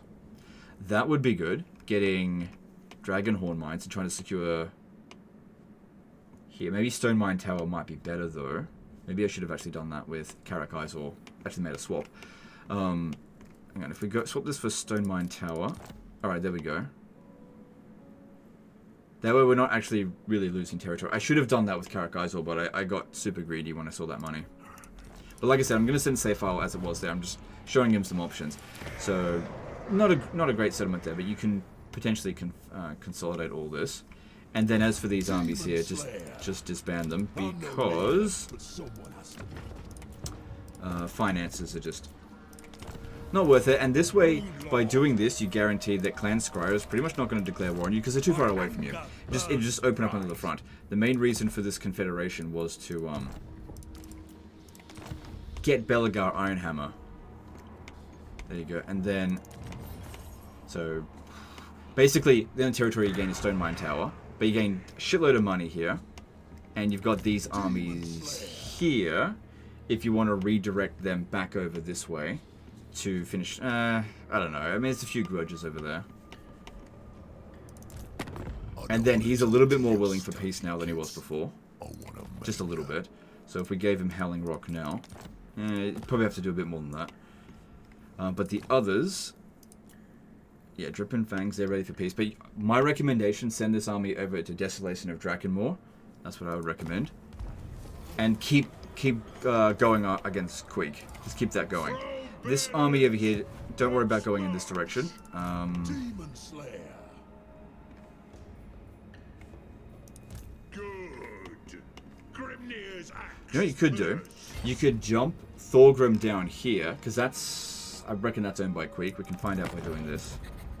You smell of fear. It's actually just a ruin. No. kill He actually... Oh, Quig actually owns territory out here. Wasn't expecting that. Thought that would be owned by, Tretch.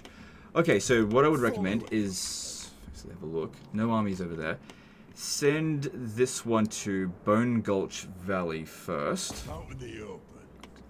And then send Thorgrim Take the realm. over here to go... Make sure you go into camp stance. In enemy territory, we get more replenishment. The runes No. are cast. Yeah, put pressure on them there. And then this one here, in camp stance over here. And that way you'll definitely be able to reach Crooked Fang Fort next turn. And that way you've got Clan Morth by the balls. Cool. Alright.